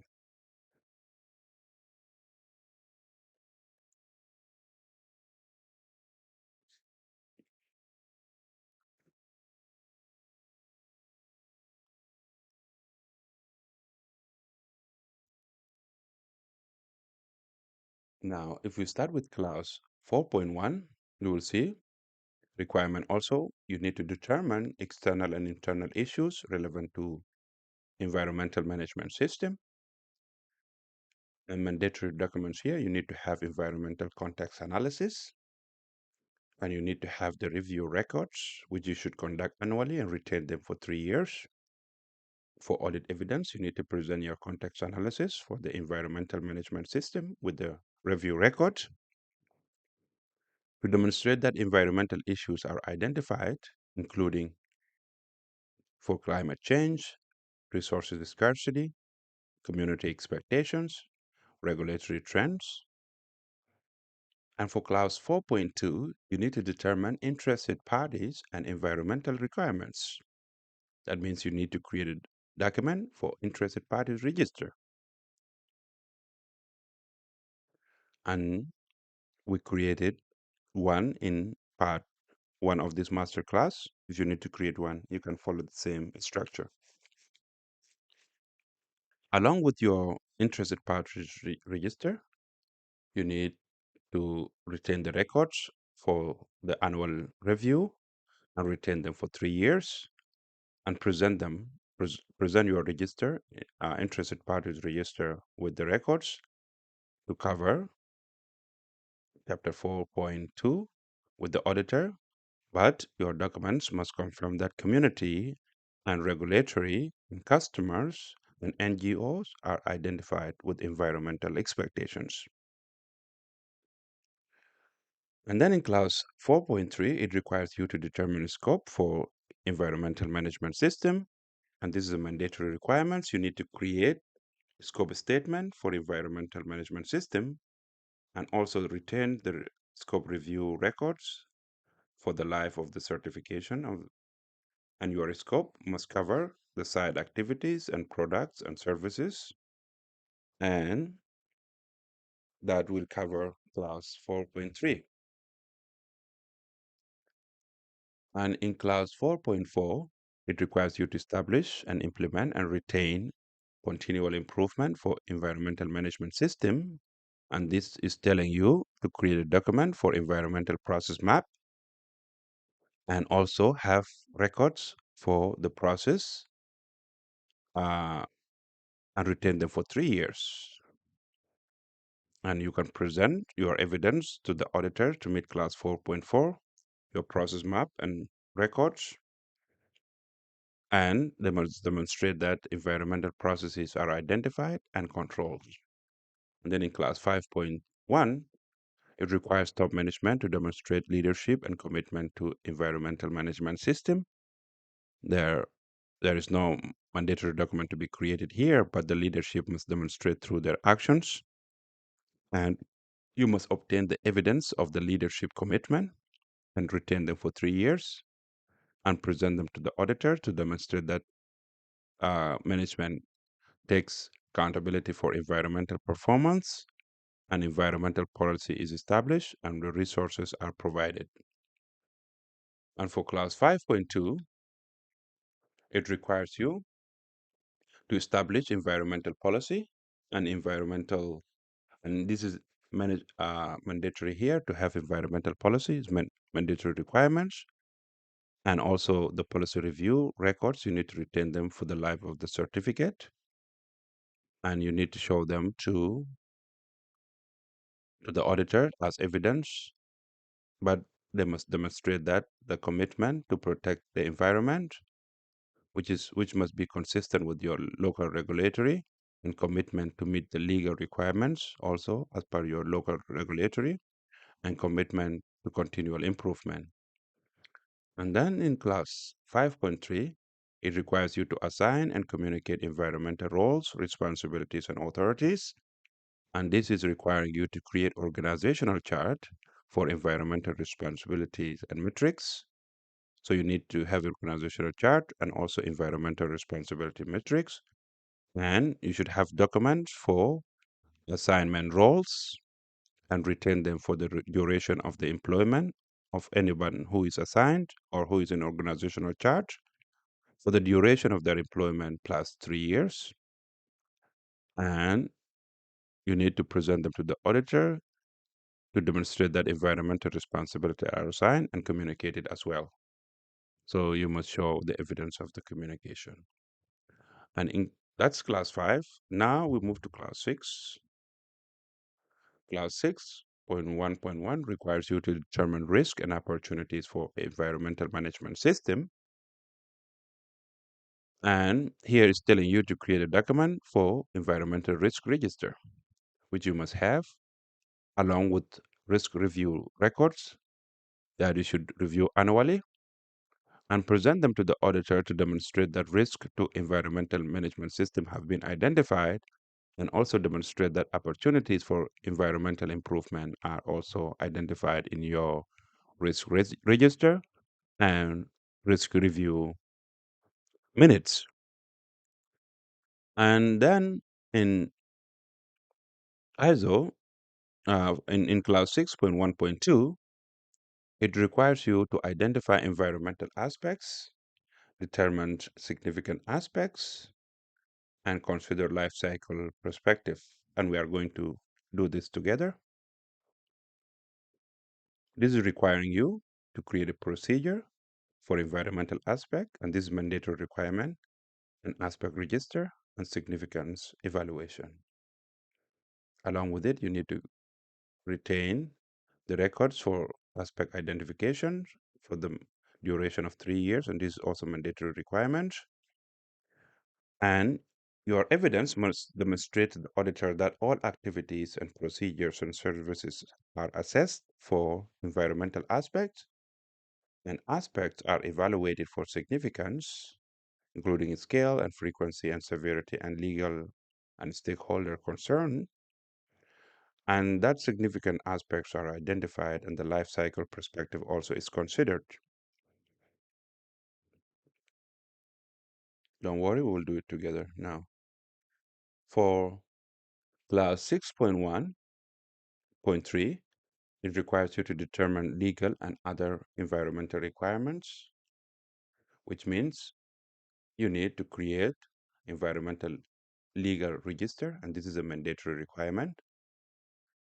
And also you need to retain this legal requirement register with compliance review records for the duration of 3 years.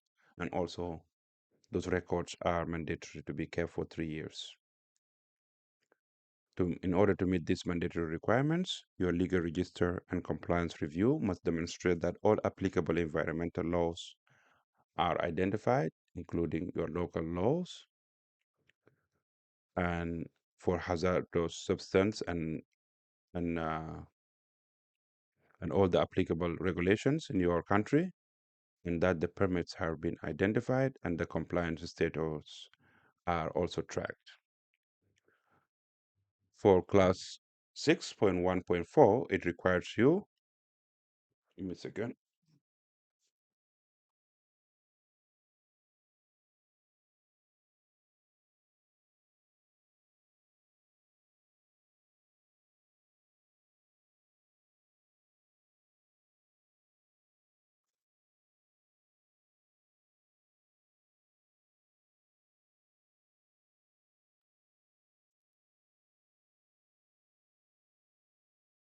For class 6.1.4, it requires you to place actions to address significant aspects, legal requirements, and risk opportunities. So you need to create also a document for environmental action plan and have records for your actions, your action plan, and present them to the auditor, but they must demonstrate that action are planned for the significant aspects and actions are integrated into processes. And in clause 6.2, it requires you to establish environmental objectives and plans to achieve them. And these are mandatory requirements to create document for environmental objectives and also have records for objectives monitoring, also mandatory requirement, or retain them for the minimum of 3 years. And for auditors' evidence, your objectives and records must demonstrate that objectives are smart and measurable and consistent with environmental policy and address significant aspects, and also your progress toward achieving them are monitored. So that's clause 6. And now we move to clause 7. In clause 7.1, it requires you to determine and provide resources for environmental management system and resources plans. You need to create a document for resources plans and also have records for the resources and for the retention of 3 years. So again, similar to what we did with occupational health and safety, you need to have adequate resources being provided. And for clause 7.2, it requires you to determine competence for environmental roles to ensure competence. You need to create a documents also for competence metrics. Your competence metrics, you should keep it and keep with it training records for the duration of the employment plus 7 years. And here it requires you when you are presenting your competence metrics and training records or qualification records, evidence to the auditor demonstrate that the environmental competence requirements are defined and training has been provided and competence also have been verified. And then in clause 7.3, it requires you to ensure persons are aware of environmental policy and significant aspects and their contributions. And here it's requiring you to create a document for awareness training materials and also keep awareness records and retain them for 3 years. Your training material for awareness, your awareness records, including the training, the communications, must demonstrate that workers are aware of environmental policy, which must be communicated, and workers understand the significant aspects. And also workers know their environmental responsibilities. So your documents on when they are interviewing the workers, it must demonstrate. And for clause 7.4, it requires you to determine environmental communication with internal and external parties. So again, it wants you to create a document for communication plan for environmental and also keep the records for the communication or retain them for 3 years and present them to the auditors to demonstrate that environmental communication are systematic and external communications are managed, including complaints, inquiries, and reports. For clause 7.5, it requires you uh, to control the documented information as per the ISO requirements.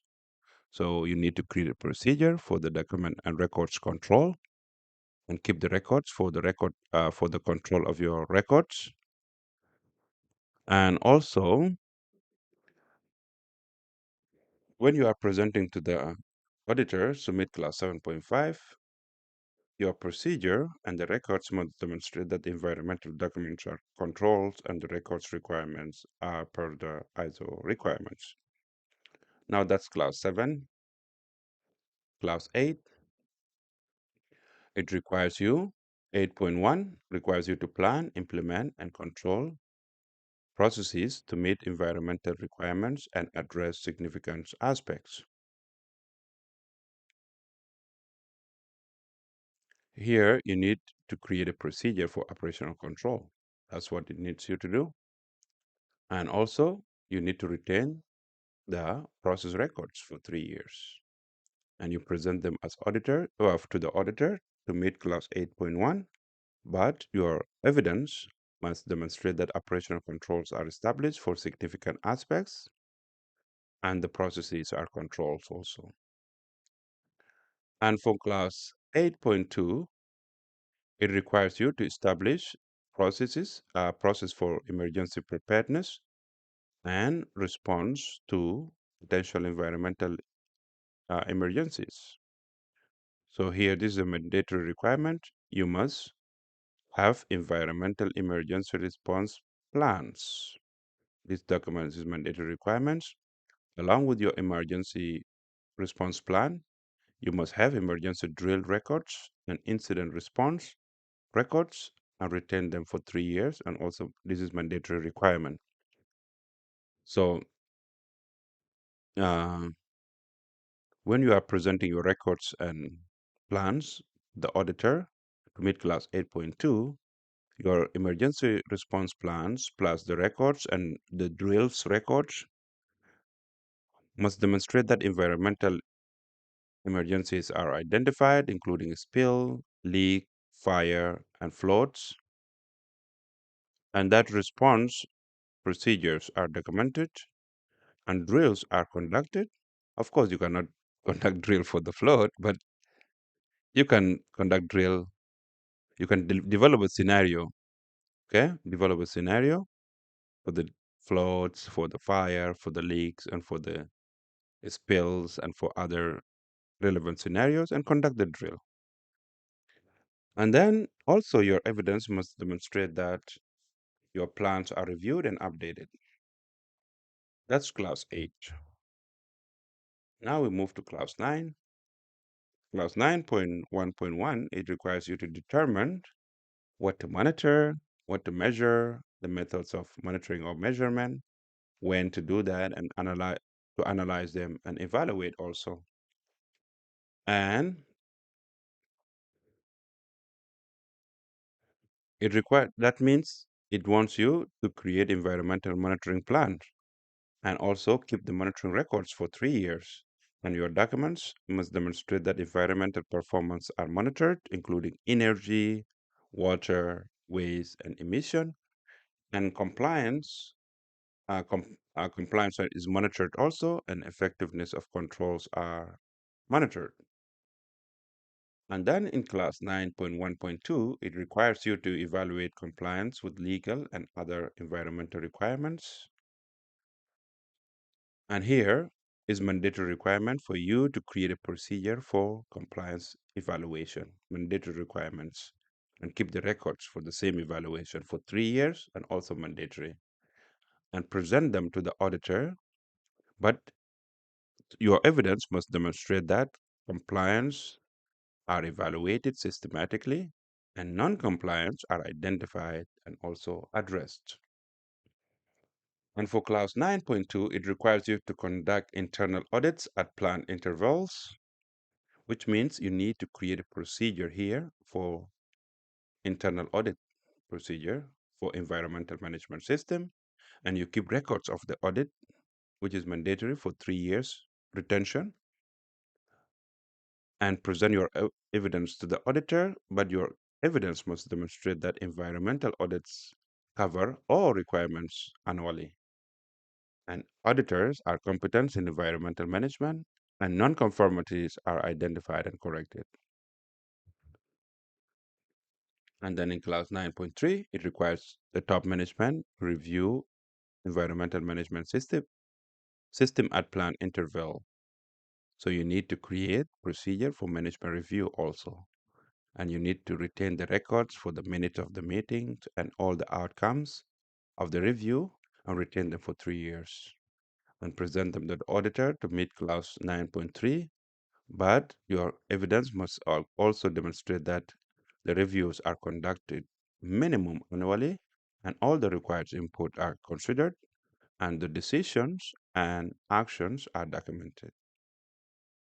And then also in class 10, that's class 9. Now in class 10, in class 10.2, it requires you, when monitoring occur, you need to react, determine the causes, take corrective actions, evaluate effectiveness, and make changes to environmental management system. This means you need to create procedure for corrective action. Okay? And the corrective action records here are mandatory requirements, and you must retain them for 3 years. And present them to the auditor, and your evidence must prove that environmental nonconformities are addressed, the root causes are identified, the effectiveness is verified, and the environmental management system is updated. And then in clause 10.3, it requires you to have continual improvement for environmental performance. So you need to create a document also for improvement initiatives, and you need to have improvement records, retain them for 3 years, and prove to the auditor that environmental performance is improving and proactive improvement culture exists. That's the complete list of everything you need to achieve the audit. Now I will demonstrate to you with example how to implement the aspect assessment. You can just copy and paste and tailor it to your organization and your location. Give me a second.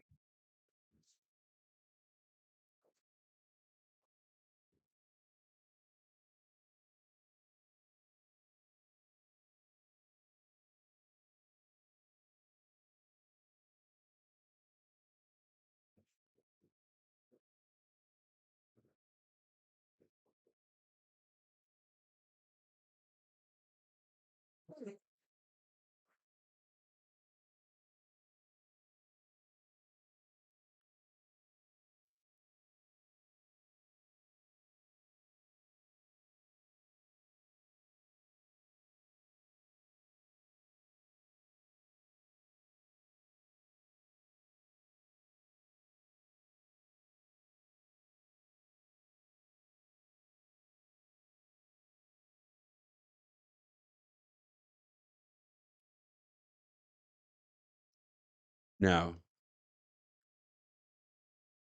let's look at the environmental aspect identification and significance evaluation. This is how you do it. You just need to replicate the same design. So in your environmental aspects identification and significance evaluation, you can design your documents. You start with the date and then with assessment team. You must have environmental leader. Here we have operational manager, and then you include quality manager, you include maintenance supervisor, you include commercial manager, and you include consultant in case of need for the alignment of the requirements if technical uh, expertise is needed. And then you include the methodology. Here, aspects are identified for all the activities under normal and abnormal and emergency conditions. That should be your methodology, okay? And significance are evaluated using the scoring metrics. Significance criteria here. Each score is from 1 to 5. Scale or magnitude. You have volume or quantity of environmental impact. And secondly, the frequency, how often. First, scale 1. 1 means scale or magnitude for volume or quantity of the environment. 2 means frequency for how often the aspects occur. And 3, the severity uh, of the potential harm to the environment. And fourth, the legal compliance for regulatory environmental under local requirements, local regulatory requirements. And 5, stakeholders' concerns for the community and customer interest. So the total score from 5 to 10 means slow, and 11 to 18 medium, 19 to 25 significant, and requires operational controls and objectives. Now, once you have significant criteria like that, now you have also to draft the environmental aspects register. And here we are going to do it for production operations. For you, you can do it for productions and then move one by one, okay? Now, for example, the aspect 1 is electricity consumption. Example, uh, this is how you do it. You list the activity of the aspects and the environmental impact and the condition of the assessment and the life cycle stage and also of the aspects and the current consumptions So we have the first aspect, which is electricity consumption. All the production operations uh, are assessed here, including blending, packaging, lighting, HVAC, and compressed air. The environmental impact here, including resources depletion and climate change for CO2 emissions from grid electricity. The condition is assessed under normal condition, the life cycle stage, the use of energy, and the current consumption need to be included based on the last year data and the CO2 emission. So the current consumption is at 450,000 kilowatts per year as per 2025 data, for example, and the cost emissions is 44 tons CO2 emissions per year. And then you move to significance evaluation. The scale is set at 4. It's high, high consumption for facility size. Frequency set at 5, continuous during the production hours, the consumption. And the severity is set at 4, it's significant contribution to climate change. And the legal is set at 3 for EECA reporting requirements and no direct limits. And for stakeholders set at 4, customers customers are asking for carbon footprint data. The total score is set at 20 significance. All right. The operational control here. We have energy monitoring system installed with monthly tracking by the department, an LED light throughout facility, and vehicle speed uh, drives on blender motors, and compressor air leak detection program with quarterly checked, and HVAC set points are controlled with the summer and the winter, and the equipment switch off procedures toward the end of the shift with the checklist. And then the environmental objectives is set, for example, to reduce electricity consumption by 10% by December. You need to be specific and to put the current consumption and the target consumption. And then the action here is to install, for example, the solar panels, and also you keep the justifications and the quote that you have obtained. You should update the quote, and also you include the other actions such as upgrade the equipment and the training awareness for the energy consumption, for example, to implement training awareness. And then you also have to state the owner and the monitoring frequency have to be stated also. How are you going to monitor it? And also the uh, the review. All right. So this is how you conduct the uh, the aspect register. You start with the aspect name. You put the activity and also the significant. You evaluate the significance, the score. You include the operational control, and then you set the objective if needed. And in the objective, you need to state what are you trying to do. All right. Now we are going to repeat the same, like for example, the water consumption, the same flow. You start with the statement of activities and environmental impact, and then the condition and the current consumption and the cost. And then you include the significant evaluation, all right, with the scale and frequency and severity and the legal also implications and the stakeholders. And then you multiply the total score, and then you state the operational controls. All right. So this is the same flow. If you see with the third aspect, also the same way, the packaging waste generation, same flow. All right. So I'm not going to go through them one by one. I can send you this, but now you have seen how you can conduct the aspects. All right. So let me just move to the last aspect. The same, you see, aspect 7, noise emission, the same flow. So this is how you do it. And then you come to the summary here. After you conduct all the aspects, you come to the summary for the significance of the aspect, how many significant aspects you have identified. You need to state them. For example, electricity consumption is correct. The objective is to reduce by 10%. Packaging waste segregation at this score. The objective to reduce by this score. The flour dust emission at this score. Okay, and then you set the objectives for the coming year.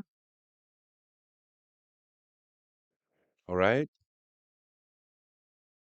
The life cycle also, you need to be you consider the life cycle. After the assessment, of course, you set the objectives to reduce the energy. For example, you need, what are you going to do? The objective, you need to install the solar system, for example, upgrade the blender, and energy awareness training. All right. The second objective for the waste reduction, uh, to reduce the landfill and increase the recycling. So you will implement food grade plastic recycling, for example. So when you set the objectives, you need to state how are you going to reduce it, not just the number. All right. For example, carbon footprint. All right. You need to state how are you going to implement it. And here for the life perspective, you need to consider,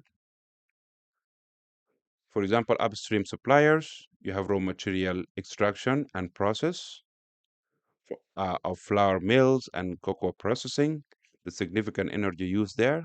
So often from New Zealand and supplier and Australian suppliers in our example here, and the packaging production with the paper bag and plastic films, the reuse, the resources used here. So the action for the life cycle perspective consideration, the action here is supplier questionnaire sent to top 5 suppliers requesting environmental data, including carbon footprint and waste and water usage. All right. So this upstream.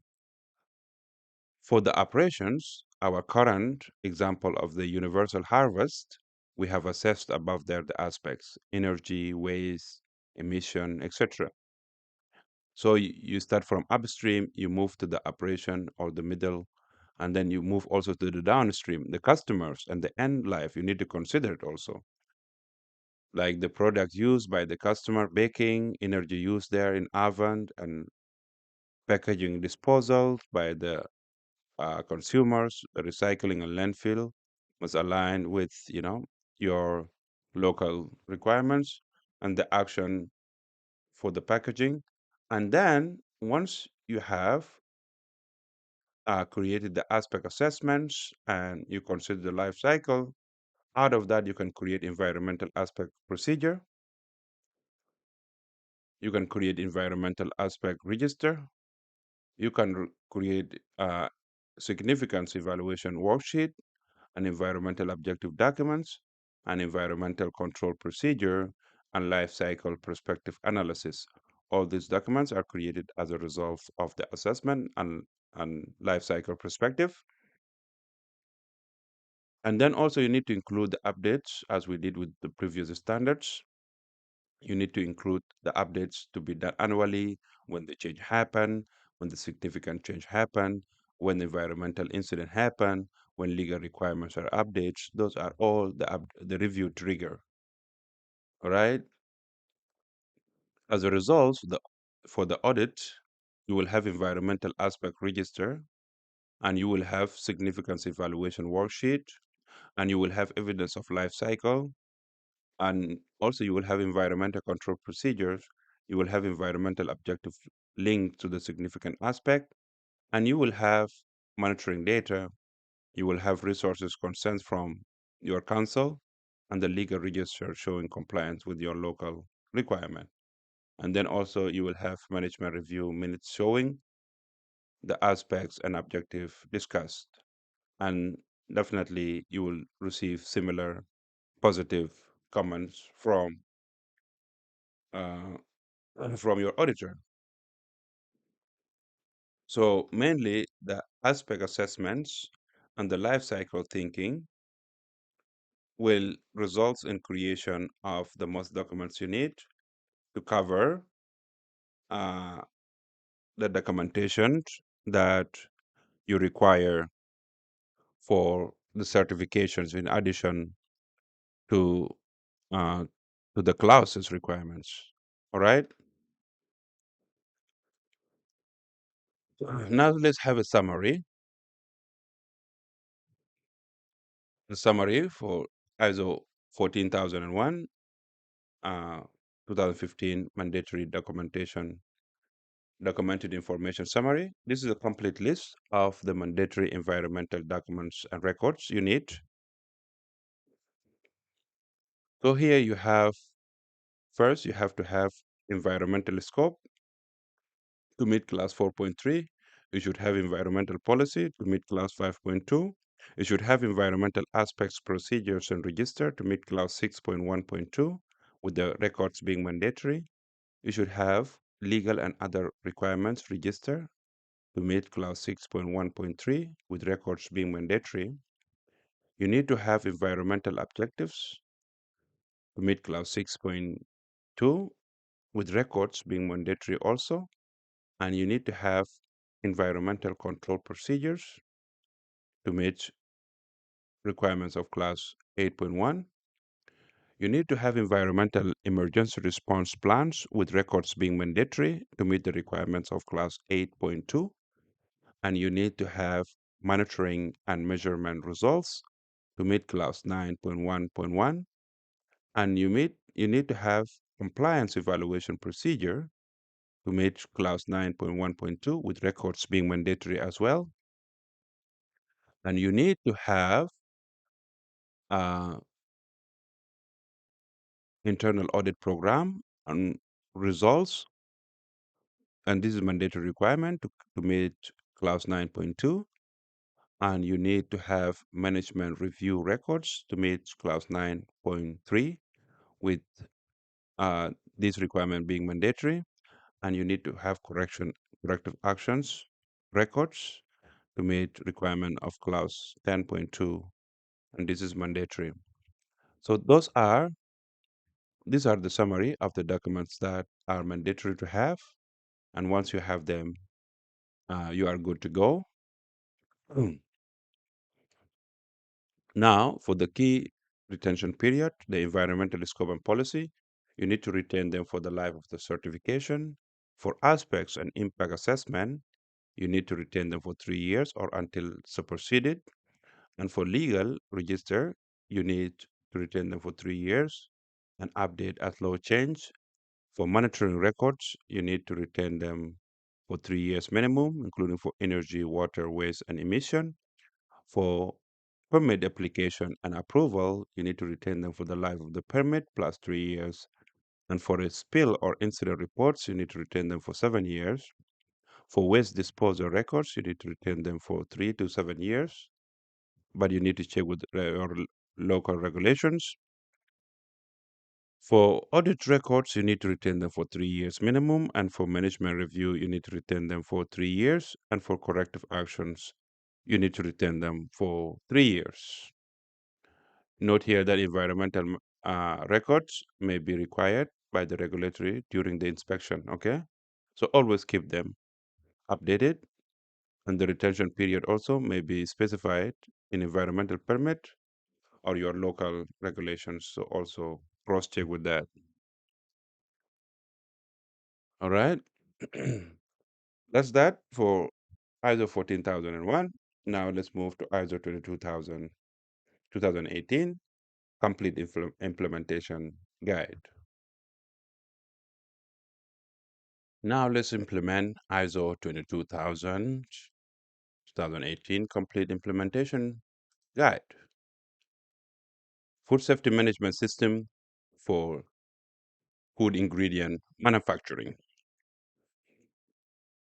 To have an overview of the standards, ISO 22000-2018, it specifies requirements for a food safety management system where an organization in the food chain needs to demonstrate its ability to control food safety hazards to ensure food safety at the time of human consumption.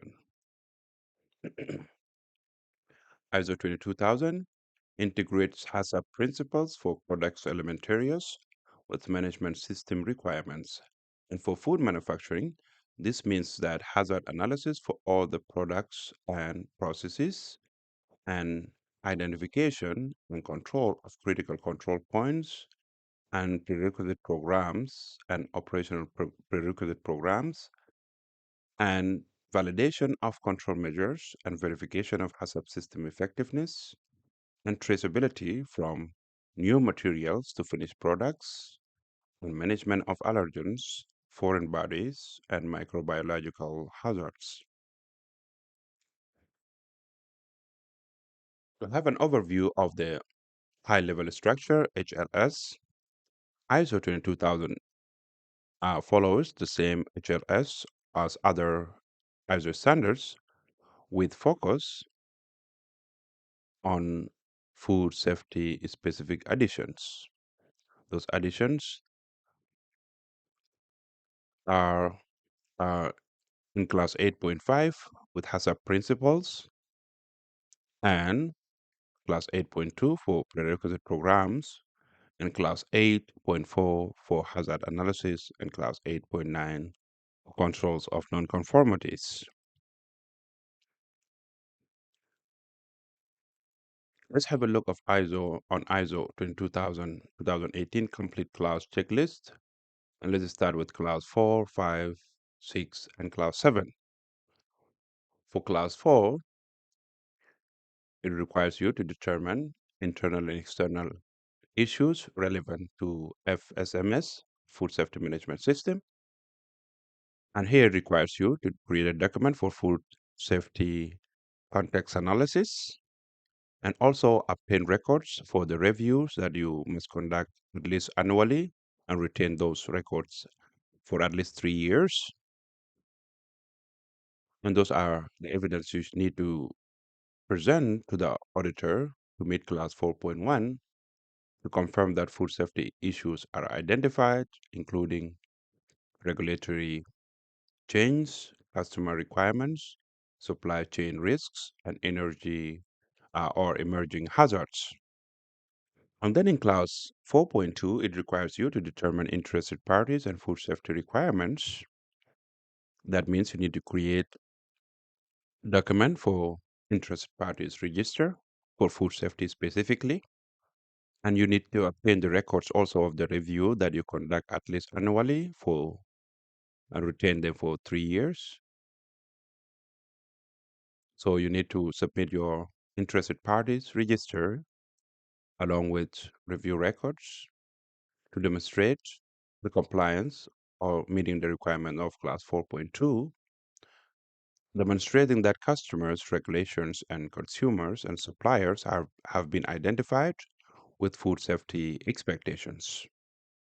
Then for class 4.3, it requires you to determine the scope of the food safety management system. And this is a mandatory requirement to have a scope statement for FSMS. Along with the review records, you need to retain them for the life of the certifications. And those are the evidence you submit to the auditors to meet the requirement of class 4.3. But also your statements along with the records must confirm that all products, processes, and sites are covered and that products categories are defined and that in your statement you don't have unjustified exclusion.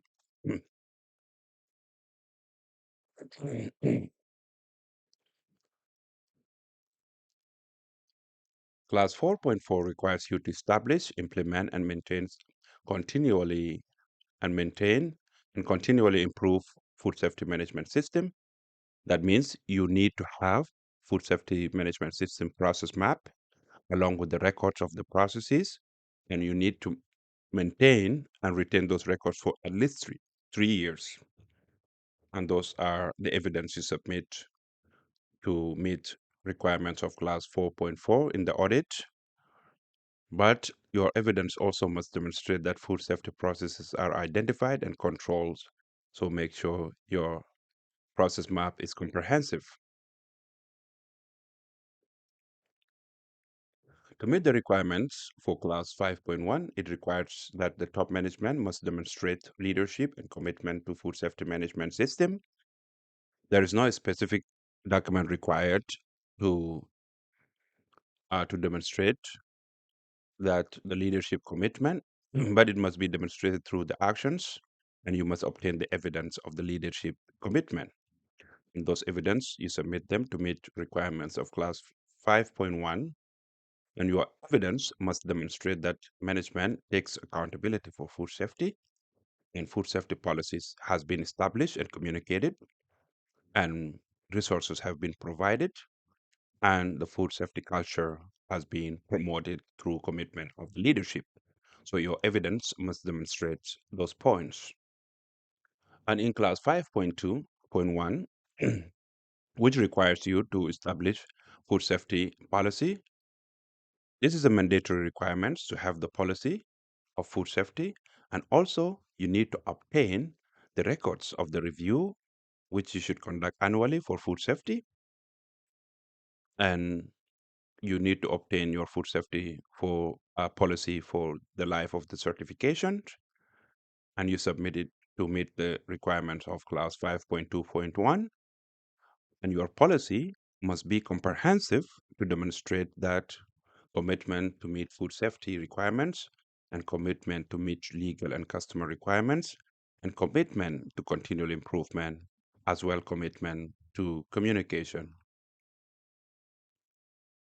And in class 5.4.4, it requires you to communicate food safety policy. That means you need to have policy communication records and retain them for 3 years. And those records must be sufficient to prove that policy has been communicated internally and externally, and policy has been understood by relevant personnel. And class 5.3 requires you to assign and communicate food safety management system roles, responsibilities, authorities, including food safety team leader. That means you have to create organizational chart and food safety management system responsibilities metrics and food safety team leader appointment. And also, you have to retain all these records for 3 years. And you submit them to meet to the auditor as evidence to meet class 5.3, but your evidence must demonstrate that food safety team leader has been appointed with authority in your documents, and that food safety team members are identified and responsibilities have been assigned and communicated. That's class 5. And now we move to class 6. In class 6.1, it requires you to determine risk and opportunities for food safety management system.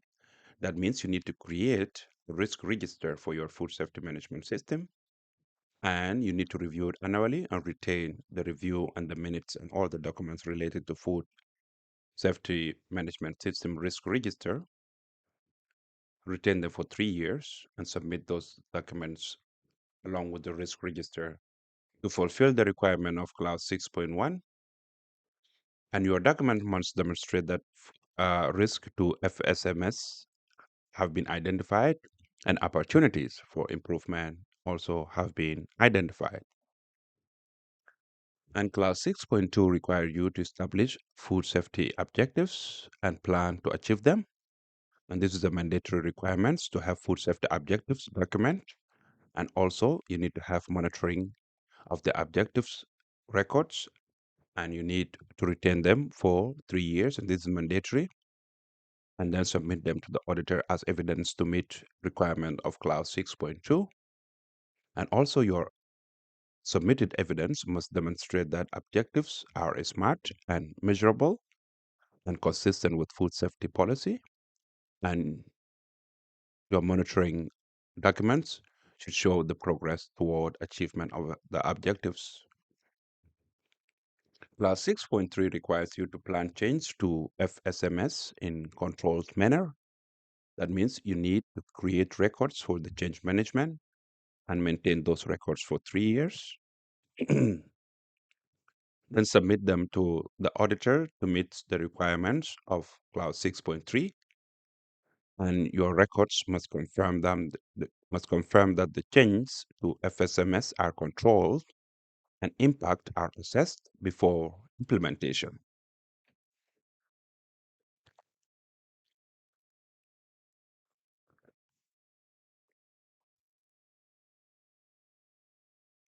That's clause 6. Now, let's move to clause 7. Clause 7.1 requires you to determine and provide resources for FSMS. And that means you need to create document for resources plan, and that you need also to keep the records for your resources and retain them for 3 years and prove to the auditor that adequate resources have been provided for FSMS. For class 7.2, it requires you to determine competence for food safety roles and ensure competence.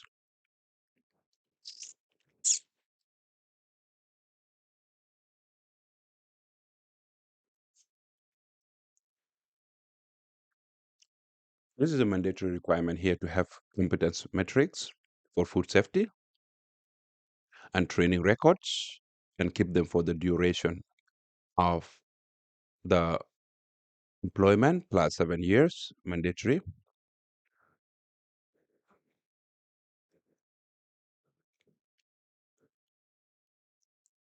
You need to submit them to the auditor to meet class 7.2, and your competence metrics and training records must confirm that food safety competence requirements have been defined and training have been provided and competence are verified and refresher training are also conducted.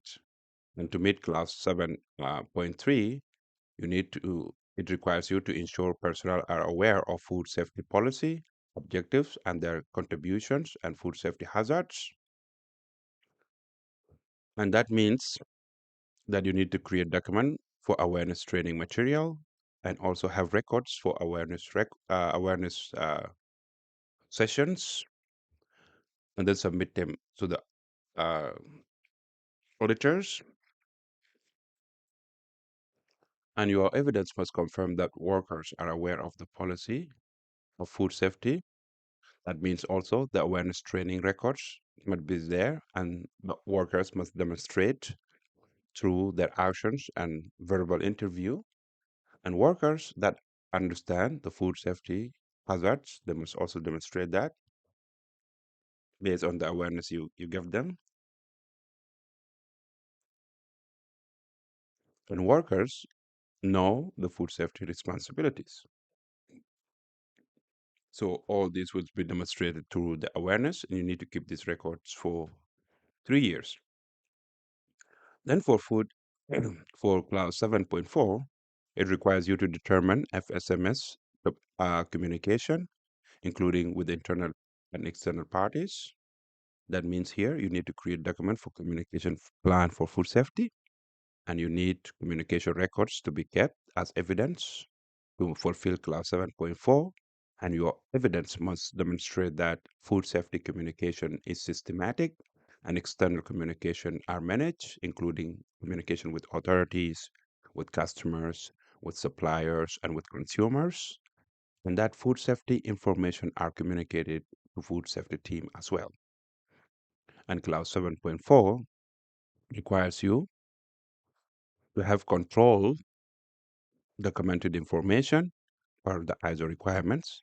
That means you need to create a procedure for the document control and retain it for 3 years minimum with the records to demonstrate that FSMS documents are controlled and records are retained per the requirement, and external documents are controlled as well.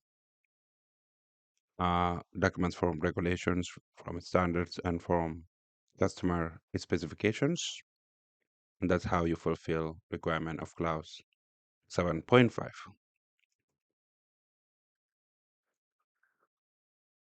Now let's take a look at ISO 2000, 2018 complete clause checklist. Continue with clause 8. Now operations. We will cover part 1 for PRP and traceability. In part 1, ISO clause 8.1 requires you to determine, requires you requires operational planning and control of how you plan, implement, control the processes to meet food safety requirements. That means, again, you need to create a document for operational plans and to have records for the processes and retain them for the shelf life of the product plus 1 year at the minimum. And those are the documents you need to present to the auditor as evidence to meet clause 8.1. And your evidence must demonstrate that processes are controlled to meet food safety requirements. And then in clause 8.2.1, it requires you to establish, implement, and maintain prerequisite programs appropriate to organizations and products.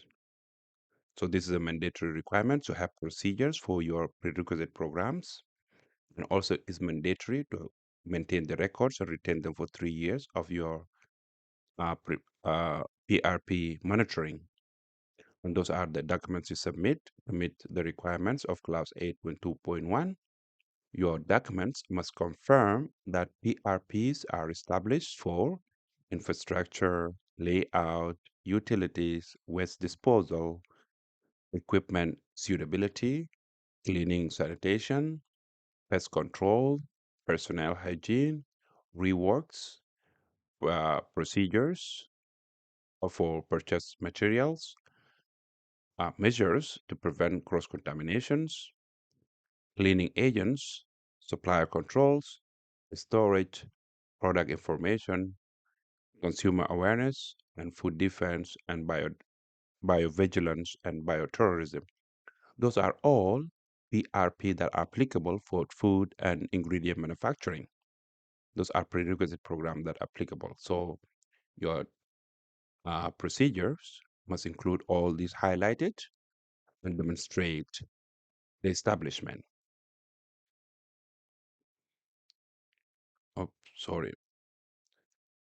Now in class uh, 8.2.2, it requires you to identify legal and regulatory requirements related to PRP. So it requires you to create a document for legal register for food safety specifically, and you need to keep the compliance records and retain them for 3 years.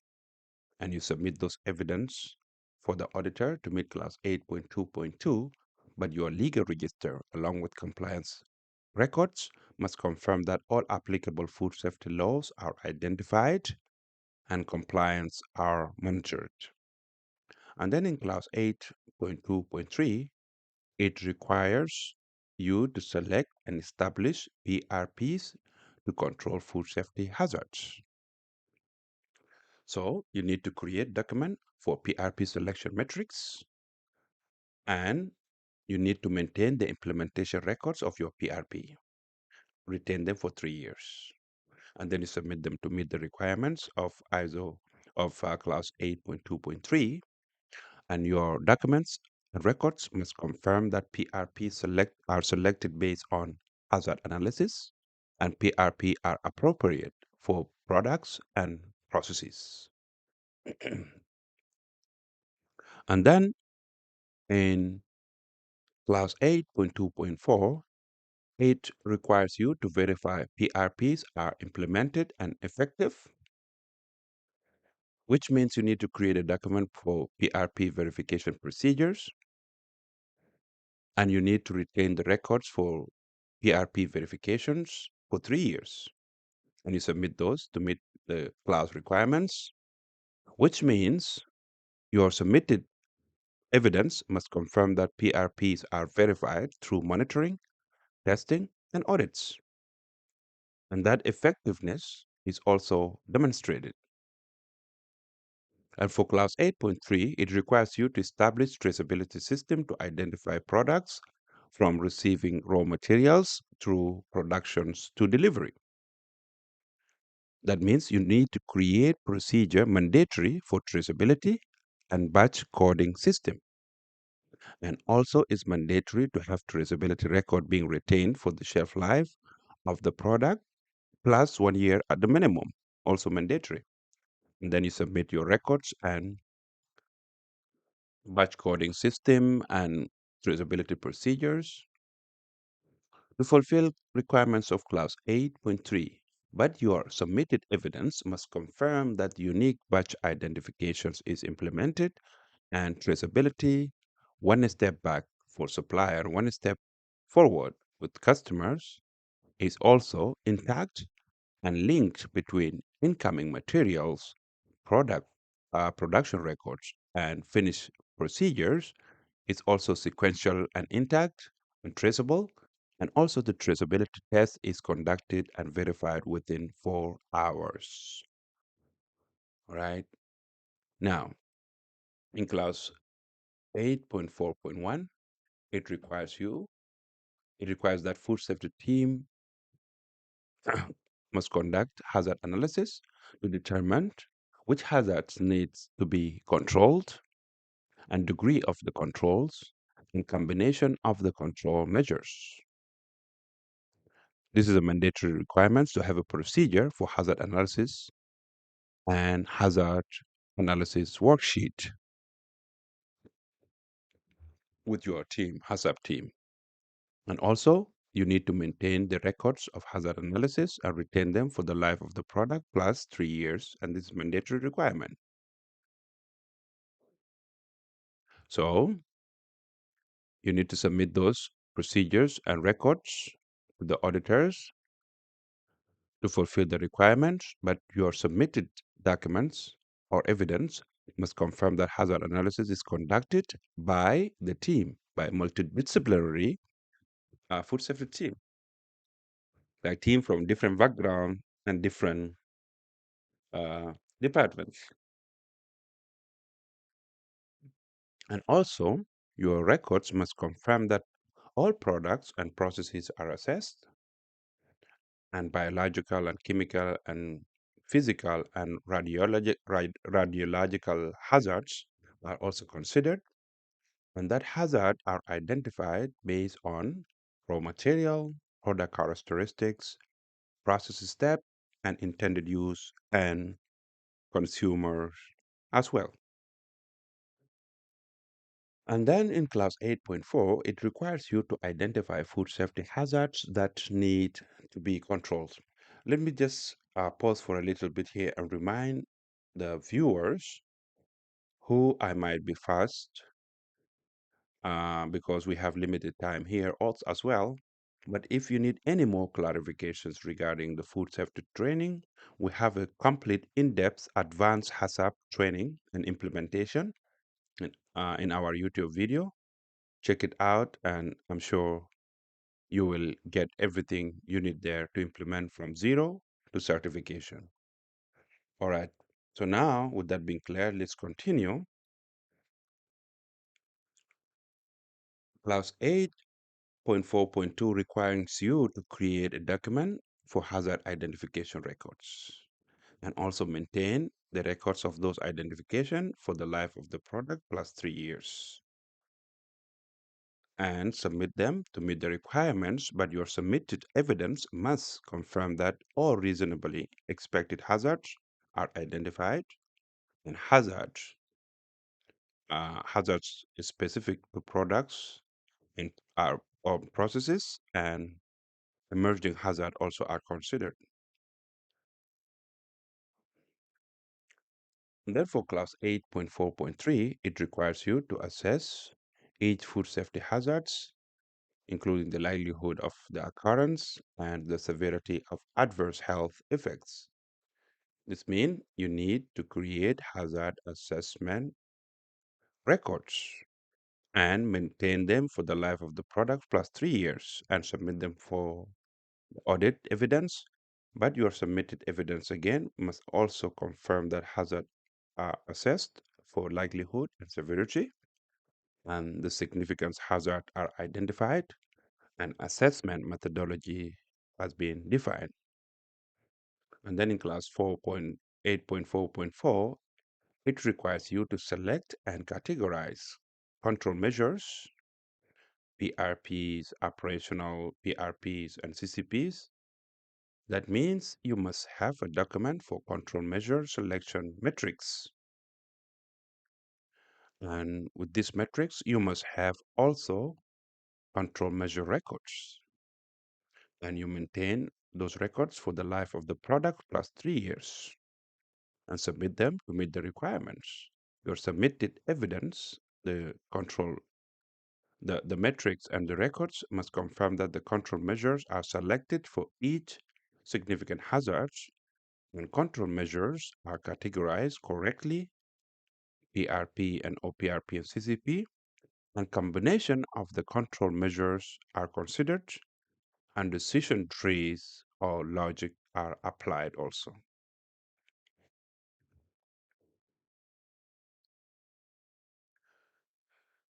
Now,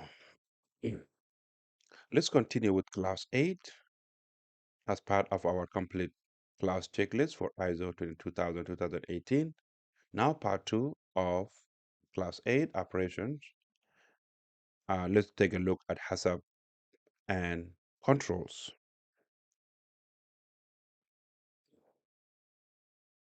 Clause 8.5.1.1 requires you to establish operational PRPs or PRPs to define the actions, criteria, and monitoring system, and corrections and corrective actions.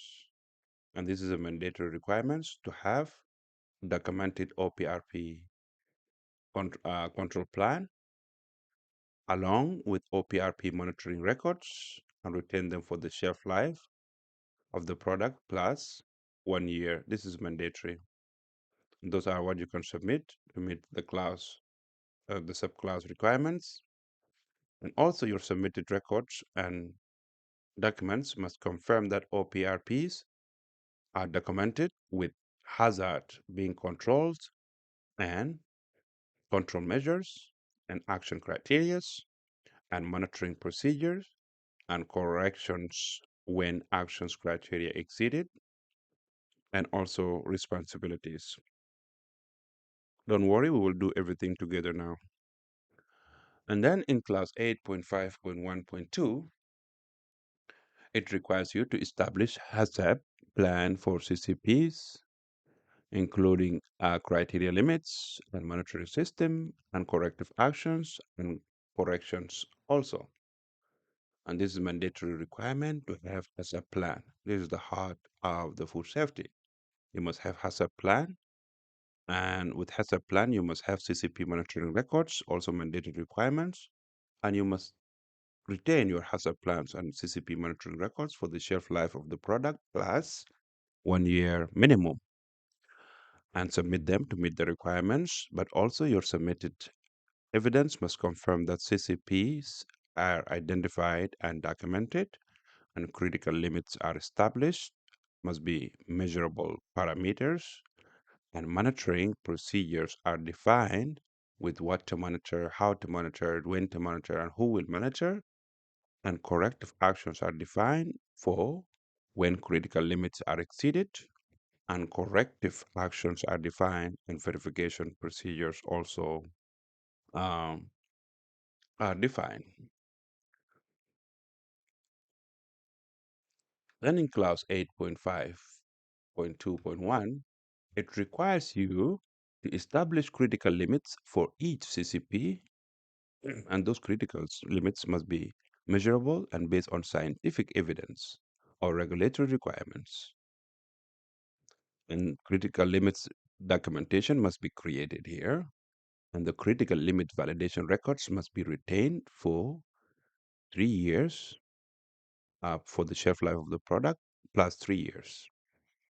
And those critical limits documentations and verification validation records are the evidence you can submit to the auditor to meet requirement of clause 8.5.2.1.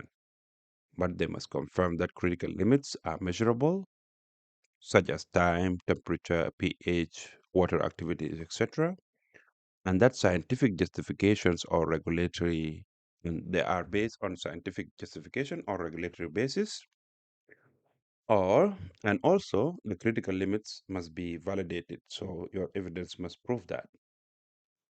For clause 8.5.2.2, it requires monitoring system for each CCP to demonstrate that CCP is under control. So you need to create a document for CCP monitoring procedures. You must have CCP monitoring procedures with CCP monitoring records and retain them for the life of the product plus 1 year minimum. And this is mandatory. So when you submit those documents, the CCP monitoring procedures and CCP monitoring records,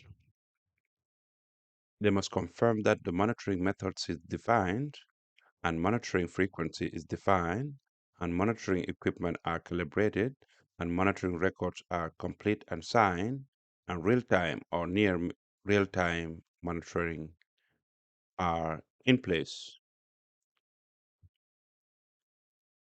Then for class 8.5.2.3, you need to establish corrections when monitoring indicates CCP is not under control,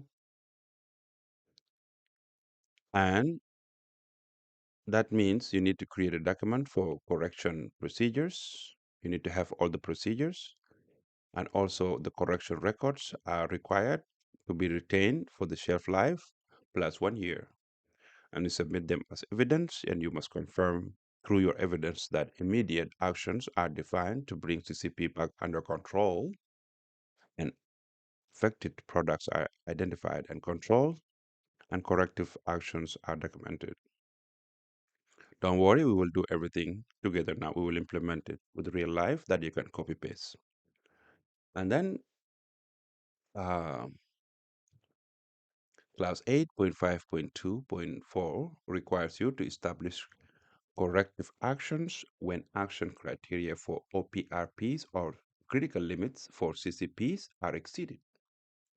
These are mandatory requirements. It's simply telling you that you need to create procedures for corrective actions. And with those corrective actions, you need to have corrective action records and retain them for the shelf life of the product plus 1 year. That's the requirement.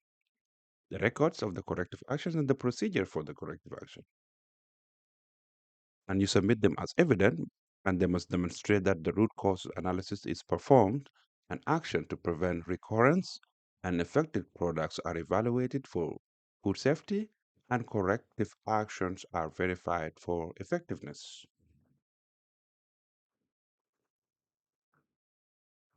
Then for clause 8.5.3, it requires that you need to update the preliminary information and documents specifying PRPs and HACCP plans when necessary.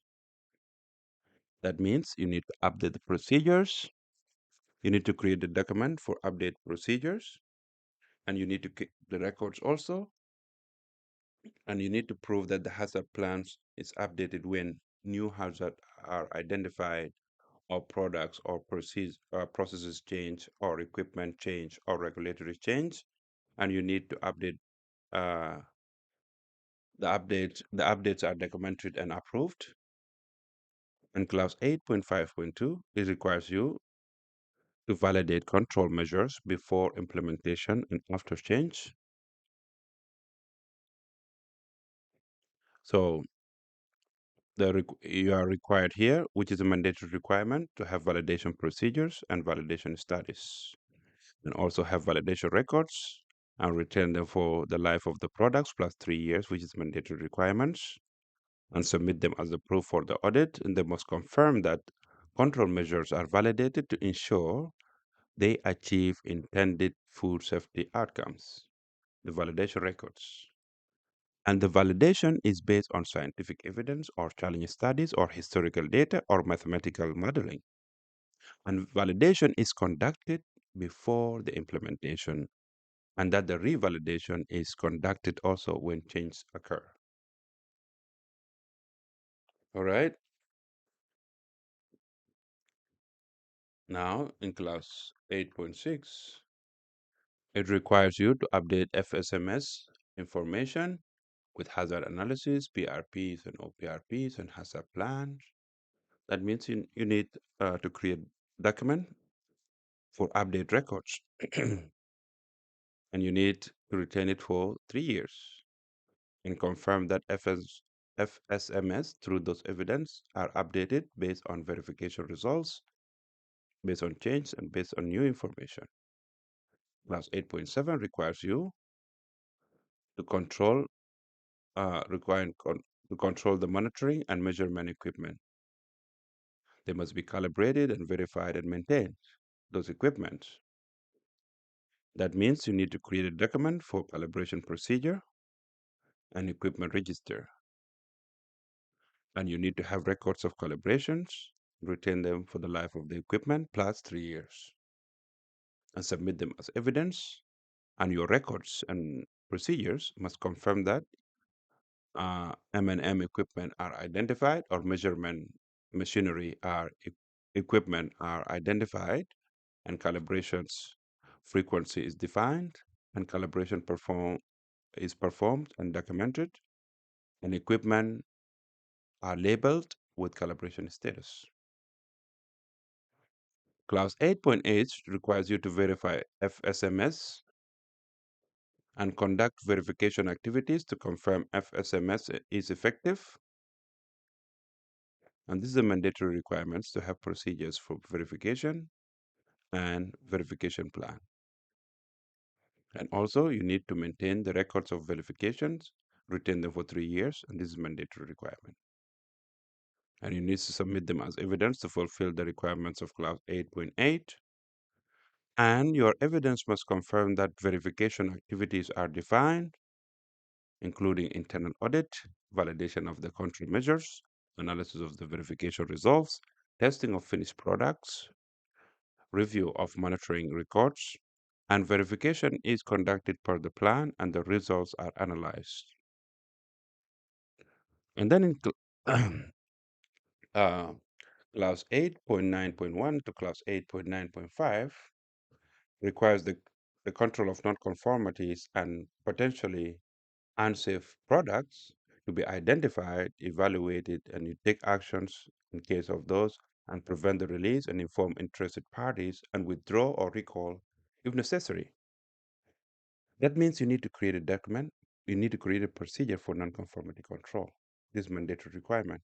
And also it's mandatory requirement to have procedure for product withdrawal or recall. Mandatory also. And to have records for non-conformity records for non-conformity or recall or withdrawal records. And those are also mandatory requirements and must be retained for 7 years. And then you submit them, the procedures and the records of the non-conformity control and also withdrawal or recall. With the records, your records must confirm and your procedures must confirm that non-conformity products are identified and controlled and product safety is impact is assessed and disposition decisions are taken either to release or rework or destroy based on the situation or the outcome of the assessment or the testing, and that affected parties are notified if the product is released already And that withdrawal or recall procedures are also tested annually through drills, and that the recall effectiveness is verified and authorities are notified per the requirements. All right. So now we finish with the 8 clauses.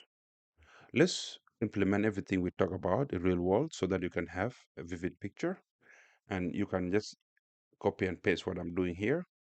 I will give you in the context of New Zealand, but you can replicate it to your own country and jurisdiction. All right.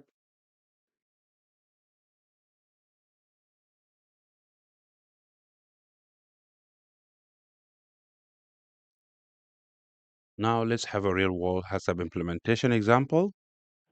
And this is how you do it. Just follow me and take notes and then replicate your own organization. And if you need the copy of this document, comment on the video below and I will send it to you. The HACCP implementation for baking mix products line. We are continuing with the same example from part 1 of this masterclass course. So you start with stating the product name is chocolate cake mix with the product code also you need to include it. And the HACCP team meeting need to be stated and the HACCP documents need to be coded and the version need to be stated and the team leader need to be also the name need to be stated. Here we have wall ball and the HACCP team members need to be listed with their qualifications and their roles.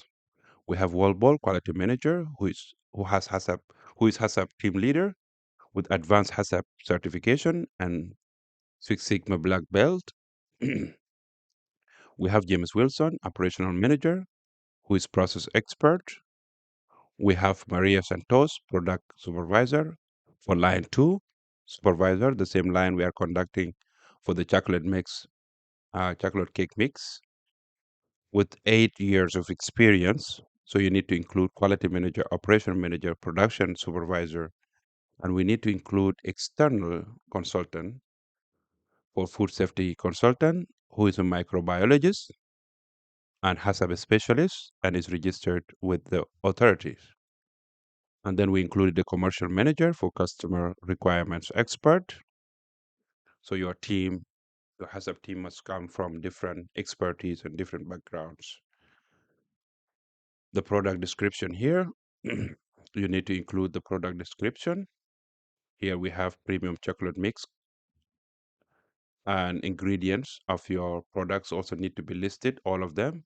Here we listed the wheat flour with 65%, sugar with 65%, 25%, cocoa powder with 6%, raising agent, including sodium bicarbonate E500 and disodium diphosphorate of E450. And also we included emulsifiers E471 and E481 and salt and vanilla flavor. So you need to include all the ingredients uh, of your products in your product description, and you need to include the packaging size. With details, you need also to include the intended use. Here we included the intended use and how the end user also will act or what the end user will do. You need to include that. You need to include the target consumer. You need to include the shelf life of the product. You need to include the storage conditions. You need to include the description also of your distribution to name all the customers as possible, as much as you know. You need to include then the allergen condition. If it contains allergen or not, you need to include that. And you need to include the regulatory requirement. And then you need to include also uh, the standards, applicable standards of your regulations. That's for your product description. And then for the process flow, here is simplified just for example, but you need to include a process flow. We include all the steps here, like raw material receiving as a step one, and from the suppliers that are approved by the regulatory requirements here. Then step two, raw material storage. Step three, ingredient weighing. Step four, dry blending. Step five, sieving. Step six, metal detector. Step seven, filling. Step eight, sealing. Step nine, coding and labeling according to requirements. And step 10, outer package. And step 11, finish good storage. And step 12, dispatch. And also, again, to remind you, if you need a more detailed HACCP training, is available on our YouTube channel. Just check it out, and you will have everything you need to implement HACCP and get certified. Now, this is a simplified process flow. So after product description, include the process flow with all the steps. All right. Again, let's take it by for your HACCP implementation. Include all the details. All right. HACCP team, product description. After product description, you need to include process flow diagram. All right. And then you need to include hazard analysis summary with biological hazards being identified. All right. And the severity also. And you need to include uh, then all the summary of chemical hazards in your product. And you need to include all the physical hazards in your product. And then you need to include the CCP that you have identified. All right. And the hazard you control with your CCP, you need also to state that. Just let me make it easy here. All right. You need to include the hazard that you are controlling with your CCP. And then you need to include the monitoring for your CCP. What are you going to monitor? How are you going to monitor it? When are you going to monitor it? Who is going to monitor? And the records you need to keep for the monitoring.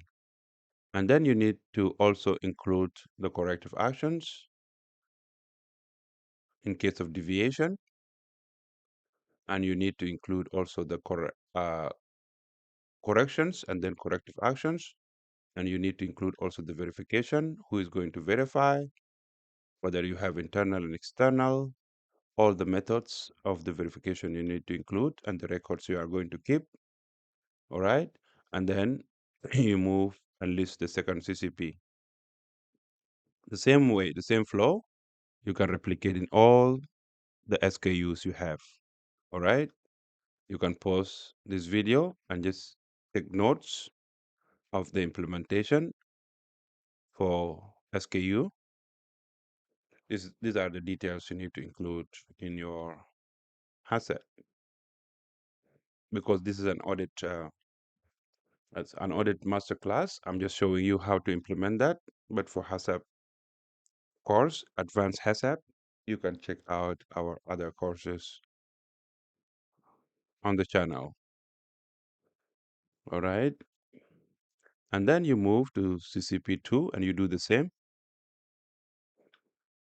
CCP2, the hazard you are controlling with CCP2 and the critical limits being set, you list them down. The monitoring, again, what are you going to monitor? How are you going to implement your monitoring? When are you going, the frequencies, who is going to conduct that, and the records you need to keep. And again, the correction in case of deviation, what are you going to do? And once you have done with the correction, what are the corrective actions you need to do? And then you need to verify also the effectiveness of your corrections and corrective actions. And you need to keep the records. And after the CCPs, you need to move to OPRP. All right. For example, supplier approval here. So OPRP. With OPRP, then you need to list down the control measures in place with details and the action criteria, the monitoring, the corrections, and the verifications for your OPRP. Then you list down all the OPRPs here, the hazard you are controlling with your OPRP, and the control measures. Again, you need to list them down in accordance with your applicable regulations. Then again, actions in case of deviations, what will trigger the actions. You need to list them down, the monitoring, and then also the HACCP validations. Once you have OPRP and CCP, you need to validate validation studies. All right. So you need to state when was the validation conducted, the report conducted by whom, the validation, also the methods. You need to state the validation methods, the results for validations, and the conclusion of the validation. And then you need to validate again all the CCPs, same way.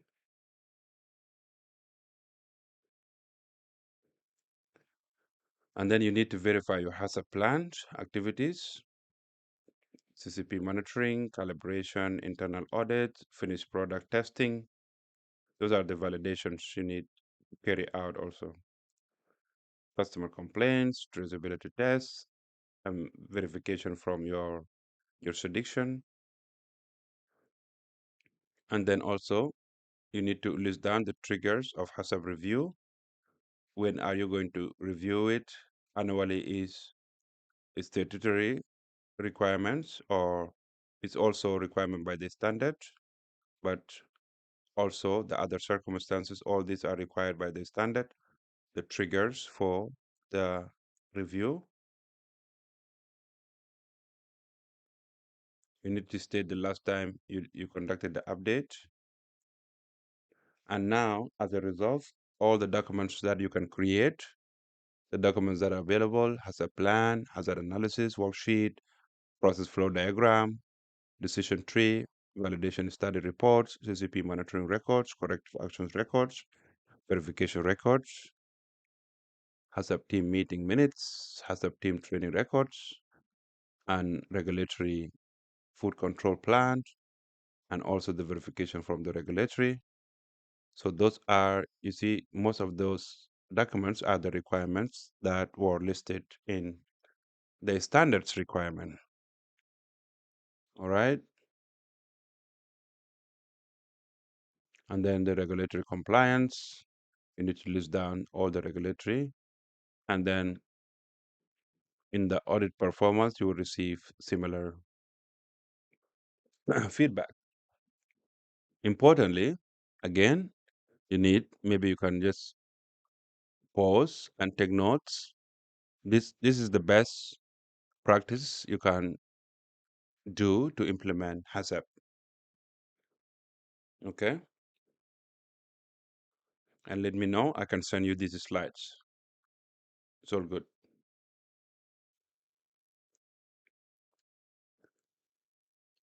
Now let's continue with the checklist for class 9 and class 10. In class 9.1, it requires you to implement monitoring and measurement and analysis and evaluation of food safety management system performance and effectiveness. So you need to create a document for food safety management system monitoring, food monitoring plan. You need to have document for that. And monitoring records, you need to retain them for 3 years and submit them as evidence to meet clause 9.1. And your evidence must confirm that FSMS or food safety management system performance are monitored and food safety performance indicators are tracked and the results also are analyzed.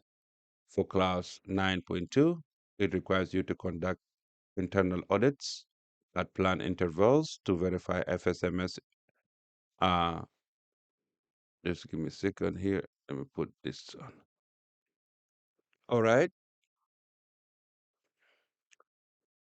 This is requiring you to have internal audit procedure, and this is mandatory requirements, and also you must have audit program and implement them and have audit plans in place and audit reports in place. Those are the mandatory records also you need to keep and retain them for 3 years and then submit them to meet the requirement of clause 9.2. And your submitted document must demonstrate that audit cover all the FSMS requirements annually, and auditors are competent in food safety and auditing, and nonconformities are identified, and corrective actions are taken, and management are informed of results.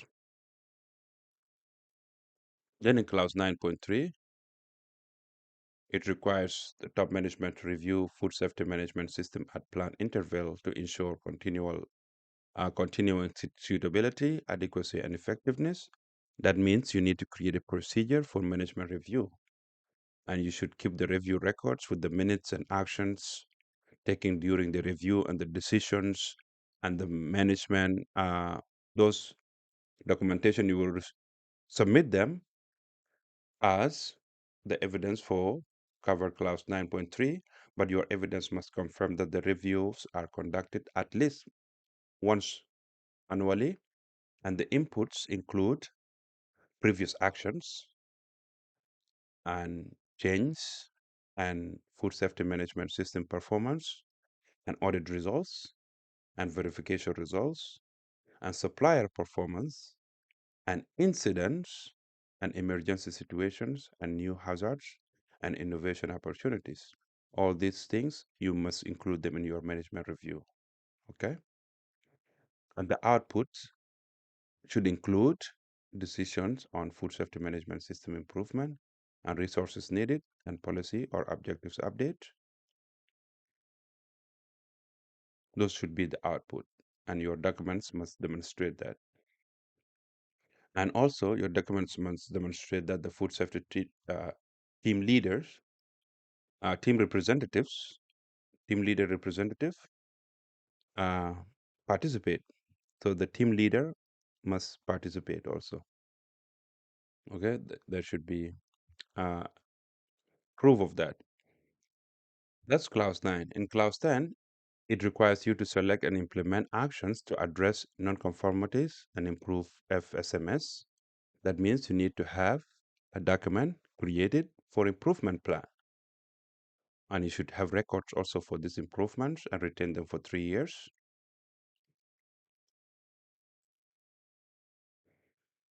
And submit them as evidence to meet clause 10.1. And your evidence must confirm that implementation improvement opportunities are identified and actions are implemented and FSMS effectiveness is improved. Then in clause 10.2, it requires you that when nonconformities occur, you need to react, evaluate needs for actions and implement actions and review the effectiveness and update the FSMS. All right. That means uh, corrective actions procedures are mandatory here. You need to have procedures, and that you need to keep records also for corrective actions, and this is mandatory also. So procedure for corrective actions is mandatory, and corrective actions records also are mandatory requirements. And you submit them as evidence to meet clause 10.2 requirements, and your submitted evidence must confirm that nonconformities are addressed and the root cause analysis are performed and the corrective actions are implemented and effectiveness is verified and FSMS is updated if needed. Then finally, in clause 10.3, it requires you to update and improve FSMS to analyze, evaluate verification results, and validate control measures, and update hazard analysis and control measures, and demonstrate continual improvement. That means you need to create procedures for FSMS updates, keep the updates record for improvements, and with evidence, and retain them for 3 years. and submit them as evidence to the auditor. But your evidence must confirm that FSMS continually is being improved and verification results drive the improvement and control measures are updated based on new information and food safety performance are also improved.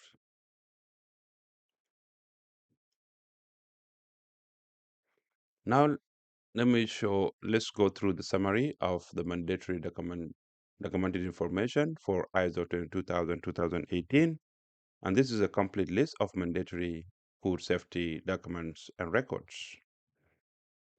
So the mandatory documents, you need to have food safety management system scope to meet the requirement of clause 4.3. You need to have food safety policies to meet the requirements of clause 5.2.1. You need to have food safety objectives to meet the requirement of clause 6.2. You need to have prerequisite programs, PRPs, with records being mandatory to meet the requirement of clause 8.2.1. You need to have traceability systems with records being mandatory for traceability system to meet the requirements of clause 8.3. You need to have hazard analysis to meet the requirement of clause 8.4.1 with records being mandatory. You need to have operations PRP or OPRPs with records being mandatory to meet the requirement of clause 8.5.1.1. You need to have HACCP plans, including CCPs, to meet the requirement of clause 8.5.1.2 with records being mandatory. You need to have CCP monitoring records to meet the requirement of clause 8.5.2.2, and this is a mandatory requirement. You need to have uh, wait, there is a noise in the background. You need to have corrective actions to meet the requirement of clause 8.5.2.4 with records being mandatory. You need to have validation of control measures to meet the requirements of clause 8.5.4 with records being mandatory. You need to have verification procedures and results to meet the requirement of clause 8.8 with records being mandatory. You need to have non-conformity and product withdrawals and recalls to meet the requirements of clause 8.9 with records being mandatory. You need to have internal audit programs and results, and this is mandatory to meet the requirement of clause 9.2. You need to have management review records to meet the requirement of clause 9.3, and this is a mandatory requirement. You need to have corrective actions records to meet the requirements of clause 10.2, and this is also mandatory. And the key retention periods for food manufacturing, for food safety management system, uh, policy and scope and policy, you need to retain them for the life of the certification. For hazard plan and hazard analysis, you need to retain them for the life of the products plus 3 years. For the product and batch records, you need to retain them for the shelf life plus 6 or 12 months minimum. For CCP monitoring, you need to have them for the shelf life plus 1 year minimum. For OPRP monitoring records, you need to have them for the shelf life plus 1 year minimum. For traceability records, you need to retain them for the shelf life plus 1 year minimum. For validation studies, you need to retain them for the shelf life of the product plus 3 years. For verifications, you need to have them, verification records, you need to retain them for 3 years. Corrective actions, you need to retain for the shelf life plus 1 year for food safety related. For withdrawal and recall records, you need to retain them for 7 years minimum. For audit records, you need to retain them for 3 years minimum. For training records, you need to retain them for the duration of the employees plus 7 years. And for supplier approval, you need to retain them for the duration of the supplier plus 3 years. So these are the mandatory document plus the retention period. If you have all these documents, that means you meet the requirements and you are good to go. You are ready. All right, so just take a note and make sure you have those documents with the records. All right. Also note here that food safety records must be maintained longer than quality records due to product liability and regulatory requirements. Okay, so you need to check with your local jurisdiction's requirements. Always check with them. Now, I'm not going to explain here the difference between the records and the documents. Definitely, I will just take an overview. This is essential information you need to know. For the documents documents definition of document means documented information that must be controlled, including procedures, work instruction, policies, and plans. The those are the documents. Different between documents and records. The records means documented information provides evidence of the activities, performance, or the result of achievement. Then you have different characteristics between two that you can pause and go through, or you can just Google it so that you need to know the difference between two. All right, between records and documents.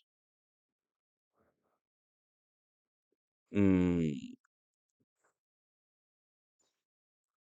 let's just go through the additional requirements here or of FSSC 22000 version 6 complete implementation guide for FSSC additional requirements beyond ISO 22000 for food ingredient manufacturing specifically. Okay, so what is FSSC 22000 is food safety system certification and is a complete food safety management system certification scheme that is recognized by the Global Food Safety Initiatives, GFSI.